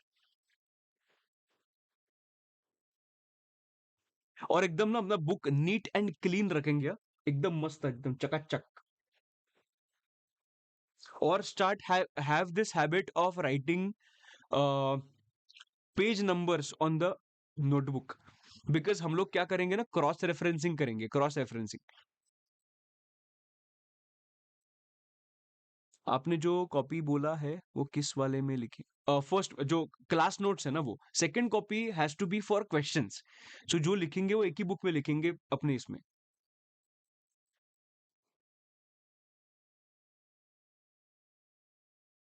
ऐसा कुछ नहीं अपूर्व। अच्छा, set of deductions, set of तो हमेशा पहले ही आएगा। सेट इसलिए लिख के दिया ना, ग्रॉस टोटल इनकम आइडेंटिफाई करते वक्त ही तो सेट ऑफ देखेगा, क्लबिंग देखेगा, then you will get this figure and then you will reduce your deductions.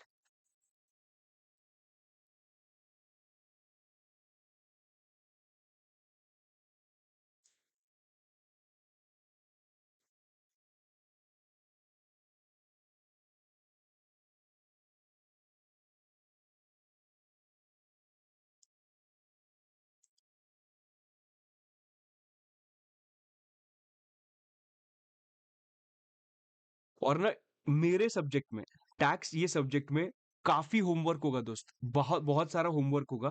But just मैं जितना बोल रहा हूँ ना दोस्त, उतना करना बस, बाकी मैं संभल लूंगा।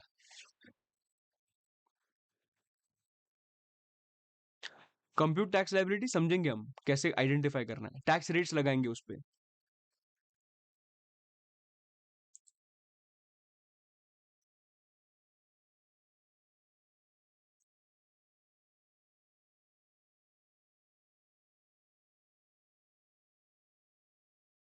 हाँ, ये लिखा ना, उसके बाद नेक्स्ट पेज पे मतलब उसके ही नीचे ये लिखना।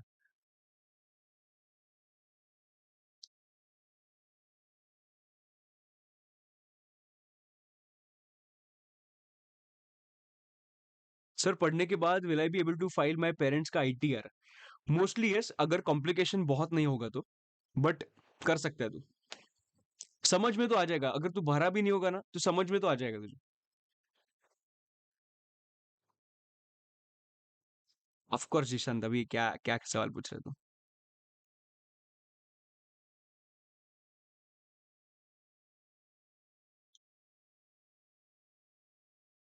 और थोड़ा सा टैक्स के लिए टाइम देना, बिकॉज अभी स्टार्ट में ही तुम लोगों को मैं लूपहोल्स और वो सब नहीं एक्सप्लेन कर सकता, बिकॉज तुम लोगों को वो समझने के लिए बेस बनाना पड़ेगा।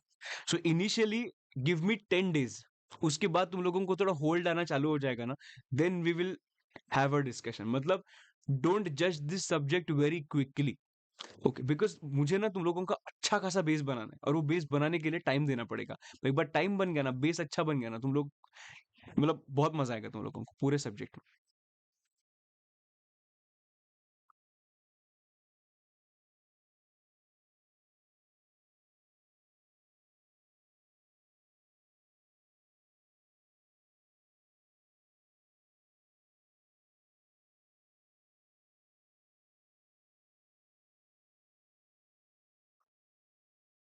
ये हुआ क्या?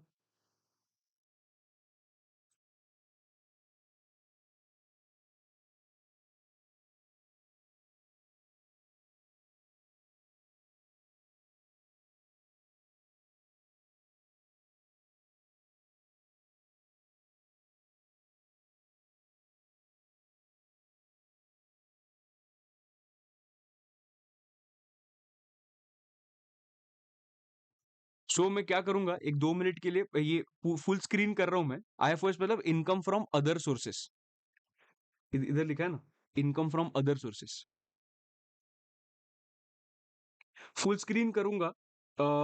और रिकॉर्डेड वाले लोग, तुम लोग पॉज करना और कॉपी करना, because I am going to pause the recording right now, ठीक है?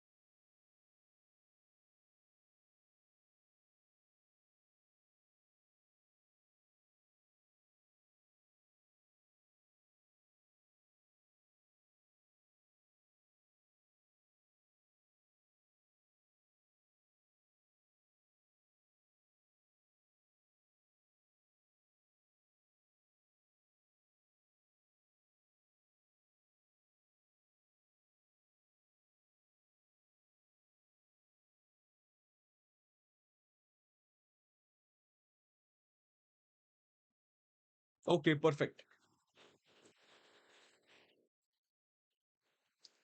लेफ्ट हैंड साइड वाला भी लिखा ना तुम लोग ने, who has given the power and everything.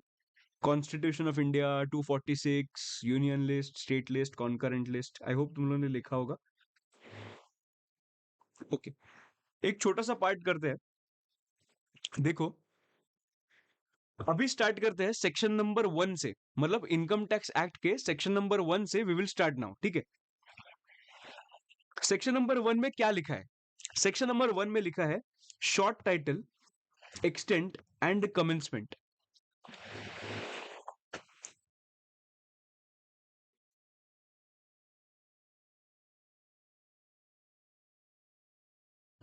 Short title, extent and commencement.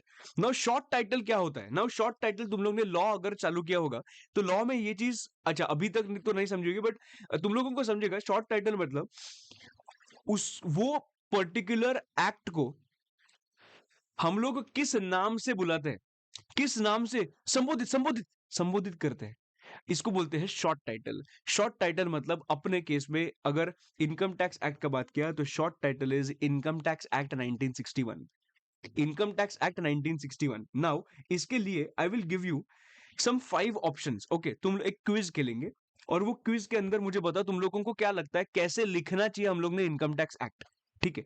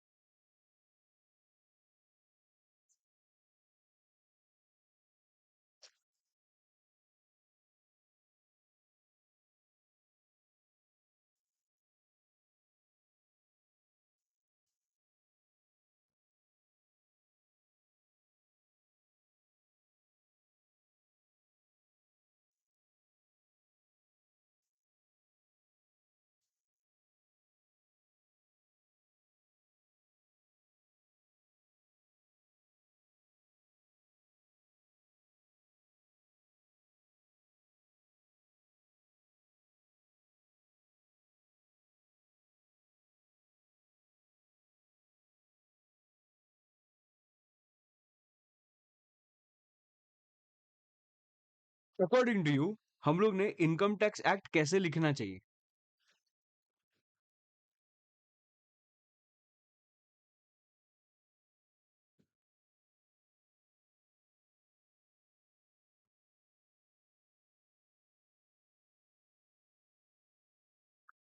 Lock करो पॉइंट टू, लॉक करो point two, point two, point two, point two, point two, point point point.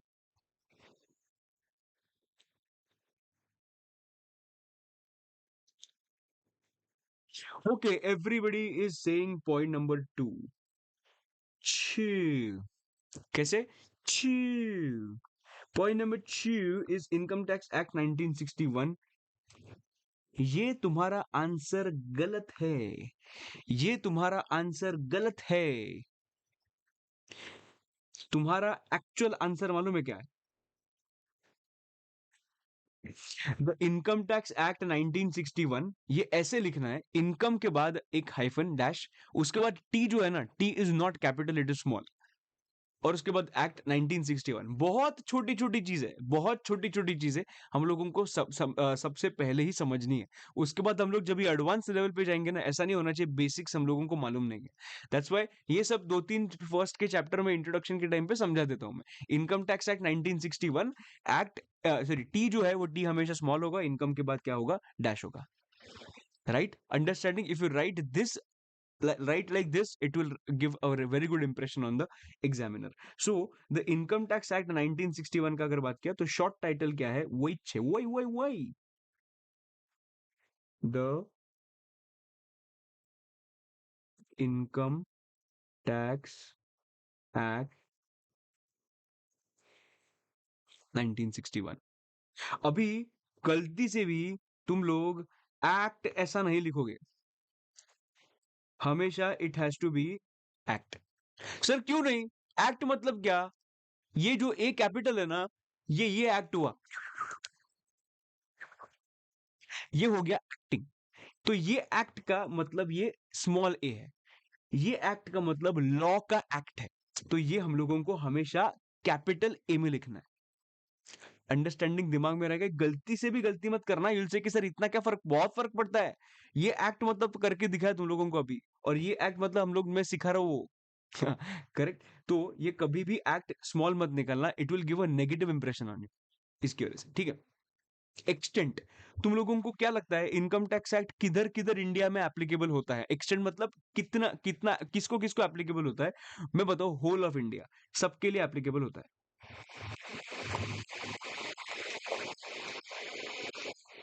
Whole of India, except for Jammu and Kashmir नहीं है, अभी तो हो ही नहीं सकता, तो पहले भी नहीं था, इंक्लूडिंग जम्मू एंड कश्मीर। अभी बात करते हैं कमेंसमेंट। सर ये एक्ट का कमेंसमेंट कभी हुआ? यूल से 1961, 1/4 1962 एक्ट है 1961 का, पर एप्लीकेबल हुआ फ्रॉम 1/4 1962। ठीक है, I hope you are clear with section 1। Section 1 इतना ही बात करता है। सेक्शन 1 है क्या? Short title, extent and commencement. Short title में बात किया इनकम टैक्स एक्ट, एक्सटेंट में बात किया whole of India, and commencement में बात किया 1/4 1962। ठीक है। सेक्शन 2 क्या बात करता है? सब लोगों का जो सेक्शन हो, सेक्शन 2 होता है, वही अपना भी सेक्शन है। सब सब लोगों का मतलब क्या? जो एक्ट, ऑलमोस्ट सब एक्ट में section number 2 is definition. Almost सब एक्ट्स में देयर आर सर्टेन एक्ट्स की 3 डेफिनेशन है, पर डेफिनेशन का सेक्शन नंबर 2 आता है, बराबर। ये डेफिनेशन में क्या लिखा होता है? डेफिनेशन में बेसिकली डेफिनेशन सेक्शन क्यों अलग से होता है, इसका भी तुम लोगों को लॉजिक बोलता हूं। फॉर एग्जाम्पल, उनको पर्सन को डिफाइन करना है, पर्सन। अगर उनको पर्सन को डिफाइन करना है, देन इन दैट केस जिधर जिधर एक्ट में जो जो सेक्शन में पर्सन आएगा, उधर वो क्या पर्सन को डिफाइन करते बैठेंगे क्या? जिधर जिधर पर्सन का अमाउंट मेंशन होगा, उधर उधर हम लोग पर्सन को डिफाइन करते बैठेंगे क्या? नहीं। सो डोंट यू थिंक उसका कॉमन डेफिनेशन हो जाएगा? हो सकता है। तो वो जो कॉमन डेफिनेशन है ना, we will write it in section number 2, so that person जिधर जिधर डिफाइन किया है उसका मीनिंग तुम लोगों को सेक्शन नंबर 2 में जाके मिल जाएगा। उनको आइडेंटिफाई करना है और उनको लिखना है capital asset. Capital asset. Now capital asset का definition is given under section 2, और सेक्शन 2 में जो कैपिटल असेट का डेफिनेशन दिया है, वो यूजुअली कैपिटल असेट का डेफिनेशन सब जगह यूज होगा। बट मैं तुम लोगों को और एक चीज, इंटरेस्टिंग चीज बताना चाहता हूं, दैट ये जो कैपिटल असेट है, in there is one section, वो सेक्शन में बोला है the definition of capital asset for the purpose of this section would be as follows. वापस बोलता हूं, the definition of capital asset for the purpose of this section would be as follows. मतलब सिर्फ ये section के लिए ये definition use होगा। मतलब there are two capital asset definitions. One capital asset definition is given in section number 2, and the second capital asset definition is given in that section. But वो जो कैपिटल एसेट का definition है ना, वो section के अंदर का, वो जो डेफिनेशन है वो एप्लीकेबल होगा only and only to that section. Because उन्होंने लिखा ही ऐसा था कि for the purpose of this section capital asset means. ऐसा भी होता है, जस्ट तुम लोगों को बता के रखा, सेक्शन नंबर 2 डेफिनेशंस। ठीक है, सो ये होता है सेक्शन नंबर 2 अपना।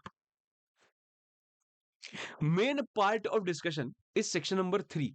देखना मैं क्या बोल रहा हूं, प्रीवियस ईयर। अभी ये देखो क्या होता है। स्टार्ट स्टार्ट में कंफ्यूजन होता है, पर कुछ नहीं है, मजा, टाइम पास है फुल। देखो, तुम लोग को मालूम है अभी रिसेंटली कुछ रिटर्न सीजन कंप्लीट हुआ, इनकम टैक्स रिटर्न का सीजन, तुम लोगों ने सुना था क्या कभी? And in case you know, do you know what is the due date for filing the income tax return, अगर मैंने इंडिविजुअल का बात किया तो? Any idea, anybody?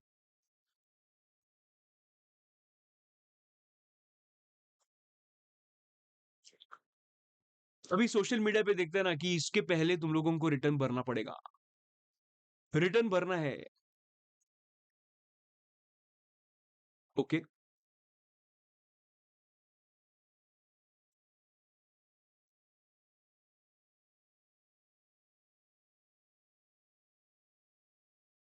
ओके।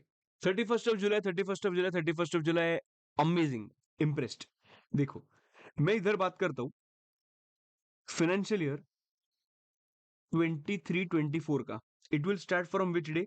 1/4/2023। आराम से पूरा फोकस के साथ देखना। 1/4/2023 टिल 31 मार्च 2024, एक नंबर सर, एक नंबर। ओके, मुझे बात बताओ, ये अगर फाइनेंशियल ईयर 23-24 होगा, can you tell me the exact date before which I should file the income tax return for 23-24? कहने से इनकम टैक्स रिटर्न फाइल करना है तो मुझे ये साल का करना है। अगर ये पीरियड का इनकम टैक्स रिटर्न फाइल करना है तो यूल से कि सर वो तो 31 मार्च को ही कर दो ना, 31 मार्च को ही कर दो। बट द पॉइंट इज, समझो बात को, 31 मार्च को कैसे करेंगे? हम लोगों को कंप्यूटेशन करना पड़ता है, बहुत सारे सेट ऑफ एंड क्लबिंग के इंपैक्ट देने पड़ते हैं, बहुत सारे डिडक्शंस देखने पड़ते हैं। ये सब चीजों के लिए टाइम लगेगा कि नहीं? ये सब चीजों के लिए don't you think practically time लगेगा? Definitely yes. And what about, मैंने 31 मार्च को रात के 11:59 पीएम को एक 3 करोड़ का इनकम कमाया, 3 करोड़ का इनकम, तो वो मैं कैसे करूं? Understanding the practical difficulty of paying the or filing the income tax return on 31st of March, it is not possible, right? And that's why they have given certain time to compute the tax, identify the income, compute the tax. ये सबके लिए उन्होंने time limit दिया, and the time limit is 31st of July of the next financial year. मतलब कहने से return of income file करने का due date comes to 31/7 2024. Everybody agrees? मैं इधर लिखता हूं return of income due date.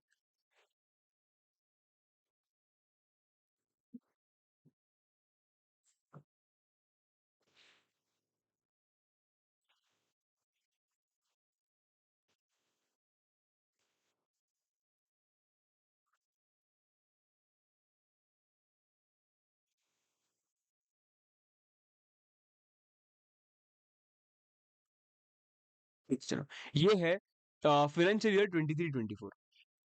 कहने से I filed the return in financial year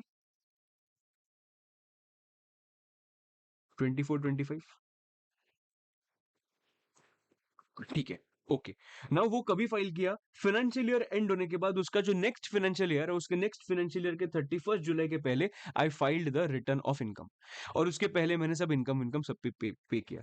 okay, can I से रिटर्न ऑफ इनकम फाइल करने के बाद ही गवर्नमेंट को समझेगा कि मेरा इनकम कितना था, मैंने टैक्स कितना भरा? ऑफ कोर्स, जब तक मैं रिटर्न ऑफ इनकम फाइल नहीं करता, सी यूजुअली क्या होता है, रिटर्न ऑफ इनकम के साथ साथ ही you make a payment, income tax का पेमेंट।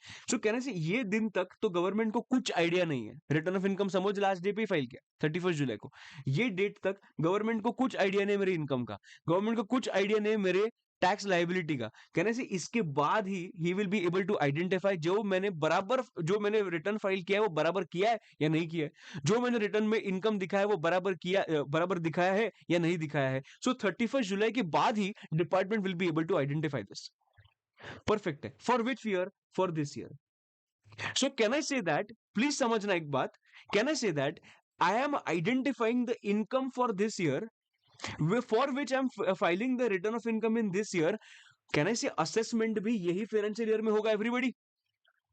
असेसमेंट मतलब क्या, कि तेरे इनकम जो तूने रिटर्न ऑफ इनकम फाइल किया है वो बराबर फाइल किया है कि नहीं, टैक्स बराबर कंप्यूट किया है कि नहीं, इसका असेसमेंट तो करना पड़ेगा ना असेसिंग ऑफिसर को, कि तू बराबर किया है कि नहीं। तो ये असेसमेंट कौन से फाइनेंशियल ईयर में होगा? 23-24 में होगा या 24-25 में होगा? प्रैक्टिकली बताओ, लॉजिकली बताओ,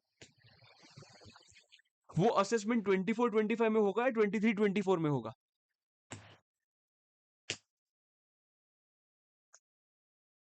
बहुत लॉजिकल बात है, अगर रिटर्न ही मेरा 31/7 को फाइल हो रहा है तो कैन आई से असेसमेंट तो 31/7 के बाद होगा, so there is no question of assessing my income in financial year 23-24, which means my income will be assessed in financial year 24-25. Income will be assessed in the financial year 24-25. ठीक है, पर मैं कौन से फाइनेंशियल ईयर का income देख रहा हूं? मैं इसको हाईलाइट करके रखता हूं, मैं इनकम ये फाइनेंशियल ईयर के देख रहा हूं, समझ है, ₹10 lakhs, ये मत भूलना, ठीक है? ये फाइनेंशियल ईयर का income will be assessed in the next financial year, ठीक है? तो ये जो नेक्स्ट फाइनेंशियल ईयर होता है ना, जो साल में असेसमेंट होता है ना, वो फाइनेंशियल ईयर को बोलते हैं असेसमेंट ईयर। क्या बोलते हैं? Assessment year. जो फाइनेंशियल ईयर में मेरा फाइनेंशियल ईयर 23-24 का असेसमेंट होता है ना, that financial year becomes my assessment year. जो साल में असेसमेंट हो रहा है, असेसमेंट कौन से फाइनेंशियल ईयर का हो रहा है? प्रीवियस फाइनेंशियल ईयर का। प्रीवियस फाइनेंशियल ईयर का असेसमेंट हो रहा है, इसके वजह से जो मेन फाइनेंशियल ईयर ना, अपना अपना जो मेन फाइनेंशियल ईयर है 23-24, ये जो अपना मेन फाइनेंशियल ईयर है 23-24, उसको उन्होंने नाम दिया प्रीवियस ईयर। उसको उन्होंने नाम दिया प्रीवियस ईयर। मतलब can I say current financial year is equal to previous year? Everybody, everybody please tell me, current financial year is equal to previous year. अगर मैंने बात किया financial year 23-24 will be considered as previous year, और assessment year will be considered as 24-25। Main financial year is 23-24 which is my previous year, और जो assessment हो रहा है in the next financial year, that is in the assessment year. एक एक example लेके बात करता है, एक एग्जांपल लेके बात करता है। Previous year is the year for which we are computing the tax liability. वापस बोल रहा हूं, जिनको नहीं समझा ध्यान देना। Previous year is the year for which we are computing the tax liability. बराबर एकदम ओके। अगर मैंने बात किया I am earning 20 lakhs, okay I earn लिखता हूं मैं, I earn rupees 20 lakhs, rupees 20 lakhs on 7/7/2024. Can you tell me which one is my previous year and which one will be my assessment year? Yes, everyone. Can you try this? सब समझेगा, मैं सब कुछ उन लोगों को एक वे से लेके जाऊंगा। I earned 20 lakhs on 1/7/7/24. Which one is my previous year?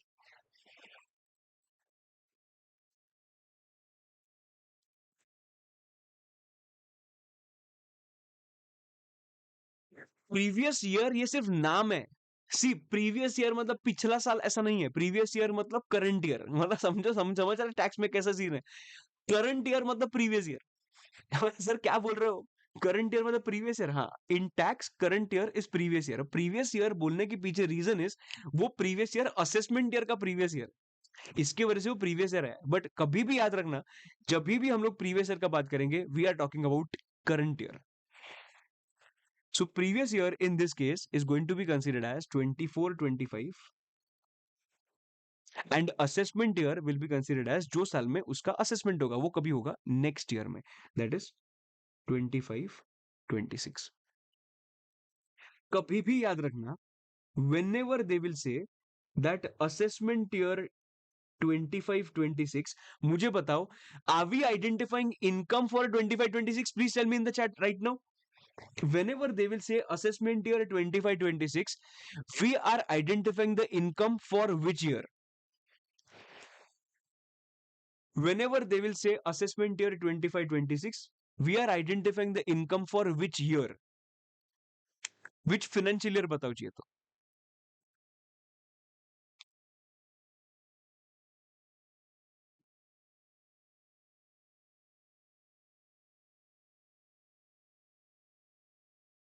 अगर उन्होंने बोला identify the tax liability for AY 25-26, पर वो 25-26 का इनकम नहीं है, वो AY 25-26 है। इसका मतलब वो फाइनेंशियल ईयर कौन सा हो गया, या प्रीवियस ईयर कौन सा हुआ?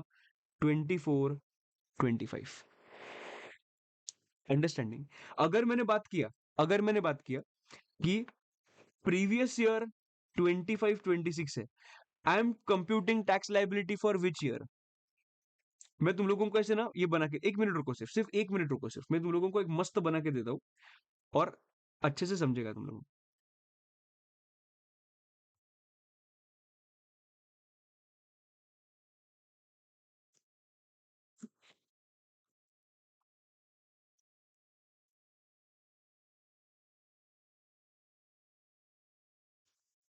सो बेसिकली तुम लोग को समझा होगा, there is no concept of financial year in tax. फिर ईयर्स में दो ही है, सिर्फ previous year and assessment year. ठीक है, समझना मैं क्या पूछ रहा हूं, पहले वो समझो। मैं पूछ रहा हूँ, एक ईयर लिखूंगा मैं, वो एवाई हो या एफवाई हो, ठीक है, एवाई हो या पीवाई हो, तुम लोगों को बोलना है कि मैं कौन से फाइनेंशियल ईयर का टैक्स आइडेंटिफाई कर रहा हूं, ठीक है। असेसमेंट ईयर 24-25, अगर मैंने ये बात किया मैं कौन से फाइनेंशियल ईयर का टैक्स कंप्यूट करूंगा।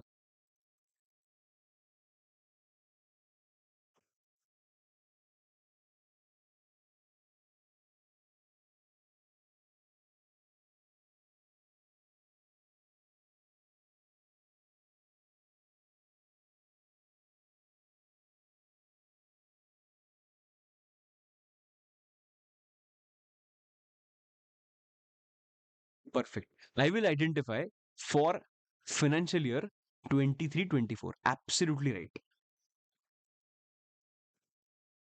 अगर मैंने ये लिखा, कैन आई से can I say this as previous year 23-24 everyone,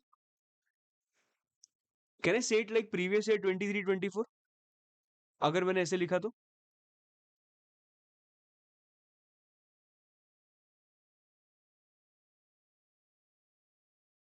okay, तो ये सब लोगों को समझा, तो ये अभी के लिए डिलीट करता हूँ, because I am talking about financial year यार, मतलब फाइनेंशियल ईयर का बात कर तो वैसे ही रखता हूँ। अगर मैंने बात किया, मैं आइडेंटिफाई कर रहा हूँ प्रीवियस ईयर 23-24 का टैक्स, मैं कौन से फाइनेंशियल ईयर का टैक्स निकल रहा हूँ, प्रीवियस ईयर 23-24 होगा तो।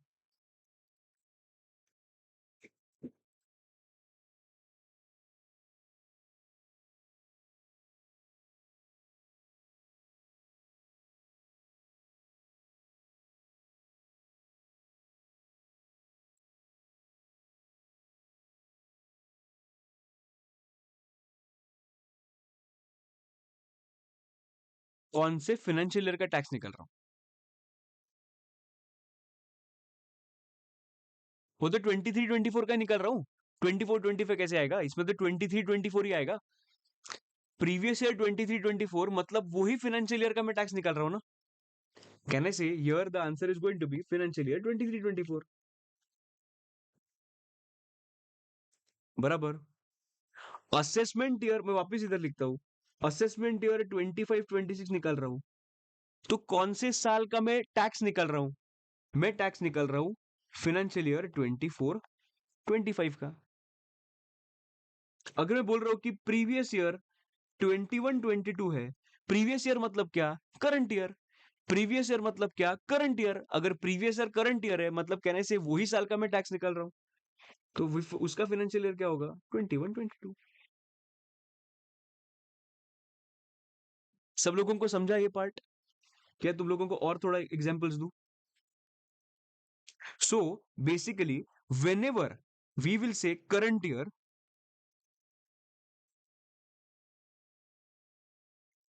it is talking, we are talking about previous year।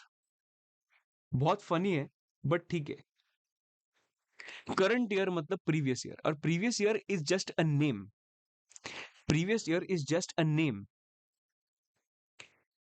Previous year is a current year, current year मतलब जो साल का इनकम है वो साल का इनकम है, मतलब कहने से वही साल का मैं टैक्स निकाल रहा हूं। मैं क्या पूछा है तुम लोगों को, identifying tax for which financial year. Previous year 23-24 होगा तो मैं 23-24 का ही टैक्स निकाल रहा हूँ ना, तो इसकी वजह से आंसर क्या है इधर, 23-24। Okay, when I say that when I say that identify tax for assessment year 25-26, I will compute tax for which year? Which previous year?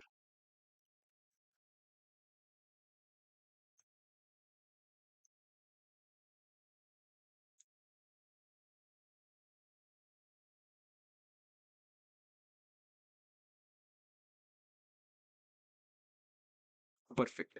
Previous year 24-25. Perfect. Everyone perfect. अगर मैंने बात किया प्रीवियस ईयर 24-25 है, तो इसका assessment year क्या होगा, 24-25 का असेसमेंट ईयर क्या होगा।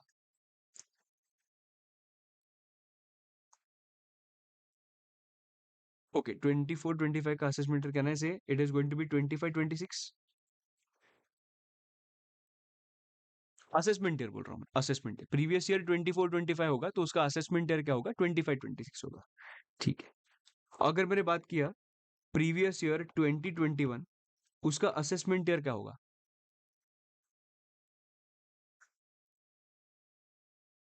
21-22। assessment year is a next year, but we are not identifying anything of 21-22. So अगर तुम लोगों को कभी भी एग्जाम में ऐसा क्वेश्चन है, compute the tax liability for assessment year 24-25, अगर ऐसा क्वेश्चन आया तो तुम लोग कौन से साल का टैक्स लायबिलिटी निकालोगे? तुम लोग कौन से साल का टैक्स लायबिलिटी निकालोगे? और कौन से साल का तुम लोग आइडेंटिफाई करोगे टैक्स और इनकम कैसे आइडेंटिफाई करोगे? We will compute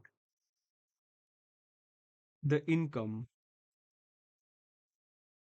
for financial year, or you can say previous year 23-24. Superb. Which means from 1/4/23 till 31st of March 24. So can I say that मैं क्या करता था मालूम है? अभी कभी भी क्वेश्चन आया ना, क्वेश्चन में ना ए वाई एफ वाई में ना कंफ्यूजन बहुत होता है, मतलब क्या आइडेंटिफाई करना है इसमें। कभी भी ध्यान देना, ए वाई लिखा होगा ना जिधर भी, आज से वो हैबिट डालना, जिधर भी ए वाई लिखा होगा ना, एक साल पीछे आके याद रखो कि ये फाइनेंशियल ईयर का बात कर रहा है। ए वाई 24-25 लिखा है, I will think about previous year 23-24। मैं जब भी ए वाई 25-26 का बात किया है, मैं एक साल पहले ही आके बात करूंगा, बिकॉज वो साल ही मेन है। 24-25 में कुछ नहीं हो रहा है, 24-25 का इनकम नहीं है, 24-25 में सिर्फ वो इनकम असेस हो रहा है, इसकी वजह से वो असेसमेंट ईयर का बात किया है। So when they will say assessment year, you have to convert it into financial year, और you can say that previous year. So 23-24 is my relevant financial year, जिसमें इनकम कमा रहा हूं मैं, जो असेस हो रहा है नेक्स्ट ईयर, इसकी वजह से उसका नाम दिया असेसमेंट ईयर।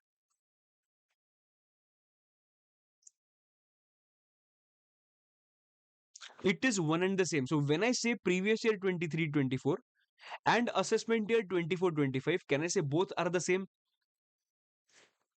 अभी भी इधर लिखता हूं, previous year 23-24 is equal to assessment year 24-25. तो कुछ भी बोल, तू प्रीवियस ईयर 23-24 बोल या असेसमेंट ईयर 24-25 बोल, इट मींस द सेम।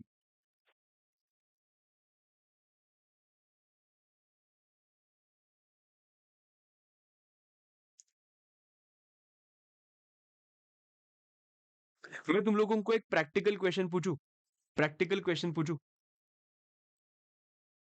तुम लोग एक बार अपने फोन में कैलेंडर देखना, आज का डेट अच्छे से देखना, और मुझे बताना, ये जो अभी 31 जुलाई गया ना, ये जो अभी 31 जुलाई गया ना, 31 जुलाई 2024, ये डेट पे हम लोग ने कौन से प्रीवियस ईयर का टैक्स भरा होगा और कौन से असेसमेंट ईयर का टैक्स भरा होगा। सोच के बोलना, I need accurate answer, I don't need an answer in quick way, मुझे एक्यूरेट आंसर चाहिए। तुम लोग टाइमलाइन बना के देखो, जो करना है क्या करो, बट मुझे प्रीवियस ईयर कौन सा था, असेसमेंट और कौन सा था, उसका एक्यूरेट आंसर बताना।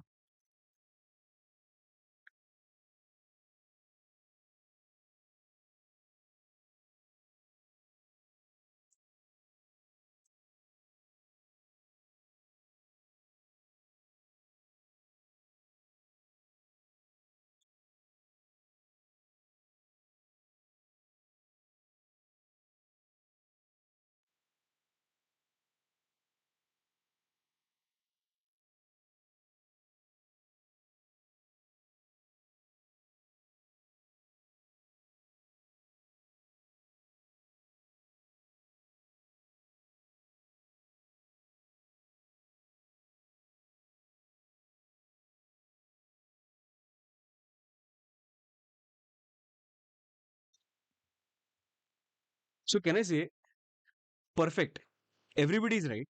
देखो 31/7/24 को अगर रिटर्न भरा होगा सो रिटर्न कौन से ईयर के लिए भरा होगा, देखना सिंपल बात है। तूने जो रिटर्न भरा होगा that was for till March, right?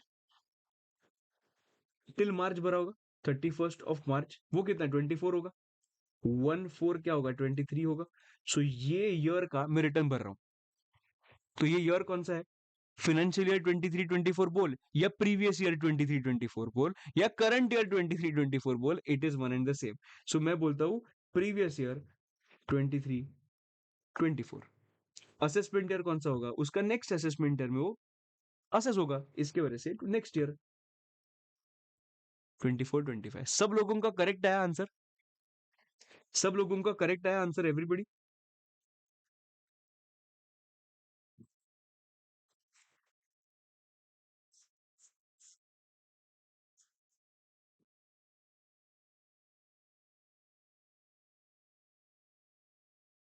अगर ये समझा होगा, अगर ये करेक्ट आया होगा, तो तुम लोगों को समझ में आ गया क्या है।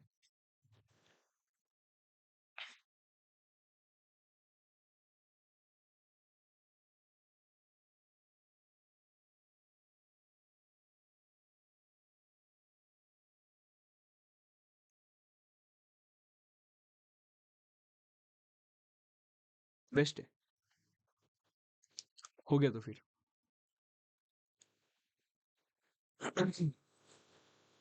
Super. Do want to write this now, एक बार लिखो ना। ये अपना लास्ट पार्ट है, इसके बाद हो गया अपना। जस्ट एक बार ये लिख लो, उसके बाद we will say a good bye for today. आराम से जाएंगे पहले थोड़े दिन, ऐसा बर्डन नहीं फील होना चाहिए।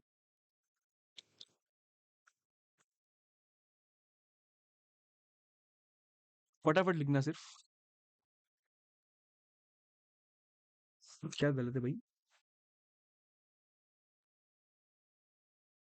क्या गलत है?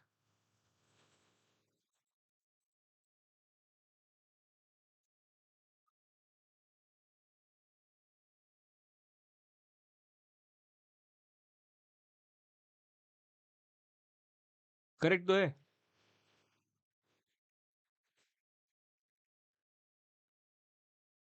चलो लिखो।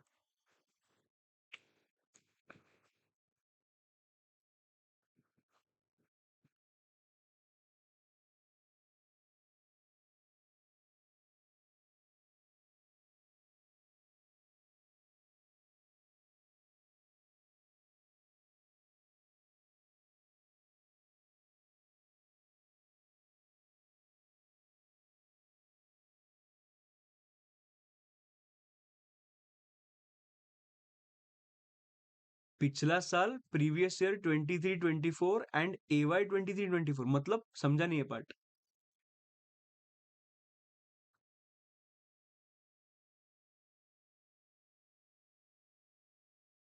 कौन से साल का तूने इनकम देखा भाई? तूने कौन से साल का इनकम कंप्यूट किया? 23-24 का। तू रिटर्न कभी भरेगा? नेक्स्ट फाइनेंशियल ईयर के जुलाई में।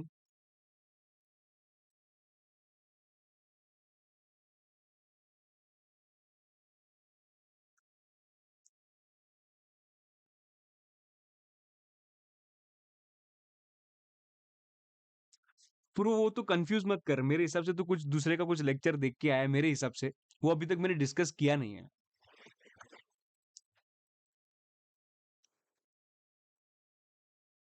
वो करना है डिस्कस अभी।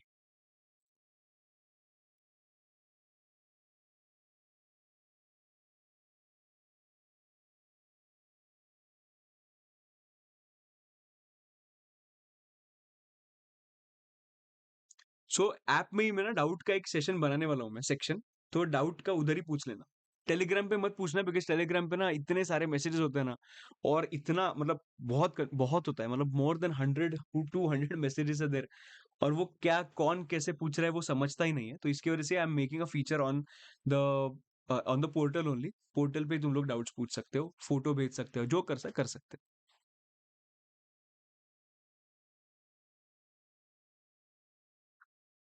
फाइनेंशियल ईयर नहीं होगा भाई जैन से।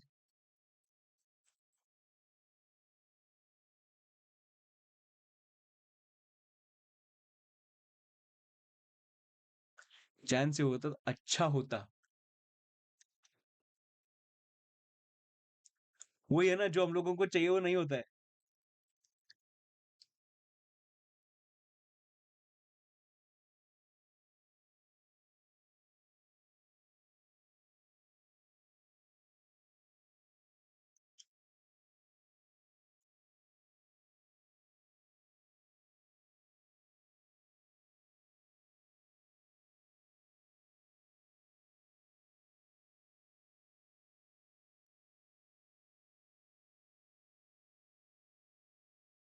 हाँ हाँ, देख सकता है रे।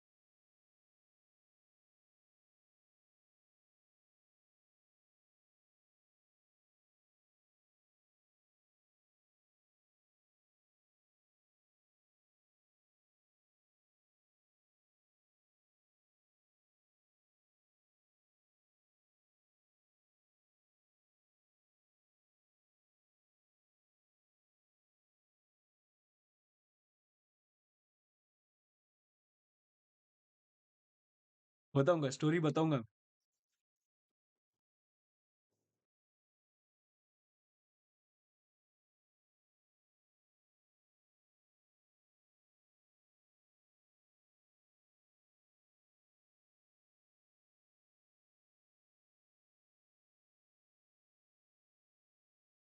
सो एक लीगल रिप्रेजेंटेटिव जो होता है, लीगल हेयर उसके हाथ में जाता है, रिप्रेजेंटेटिव के हाथ में टैक्स होता है, कुमार। अगर पेरेंट्स नहीं होंगे तो जो भी गार्जियन होगा ना वो उसका, उसके हाथ।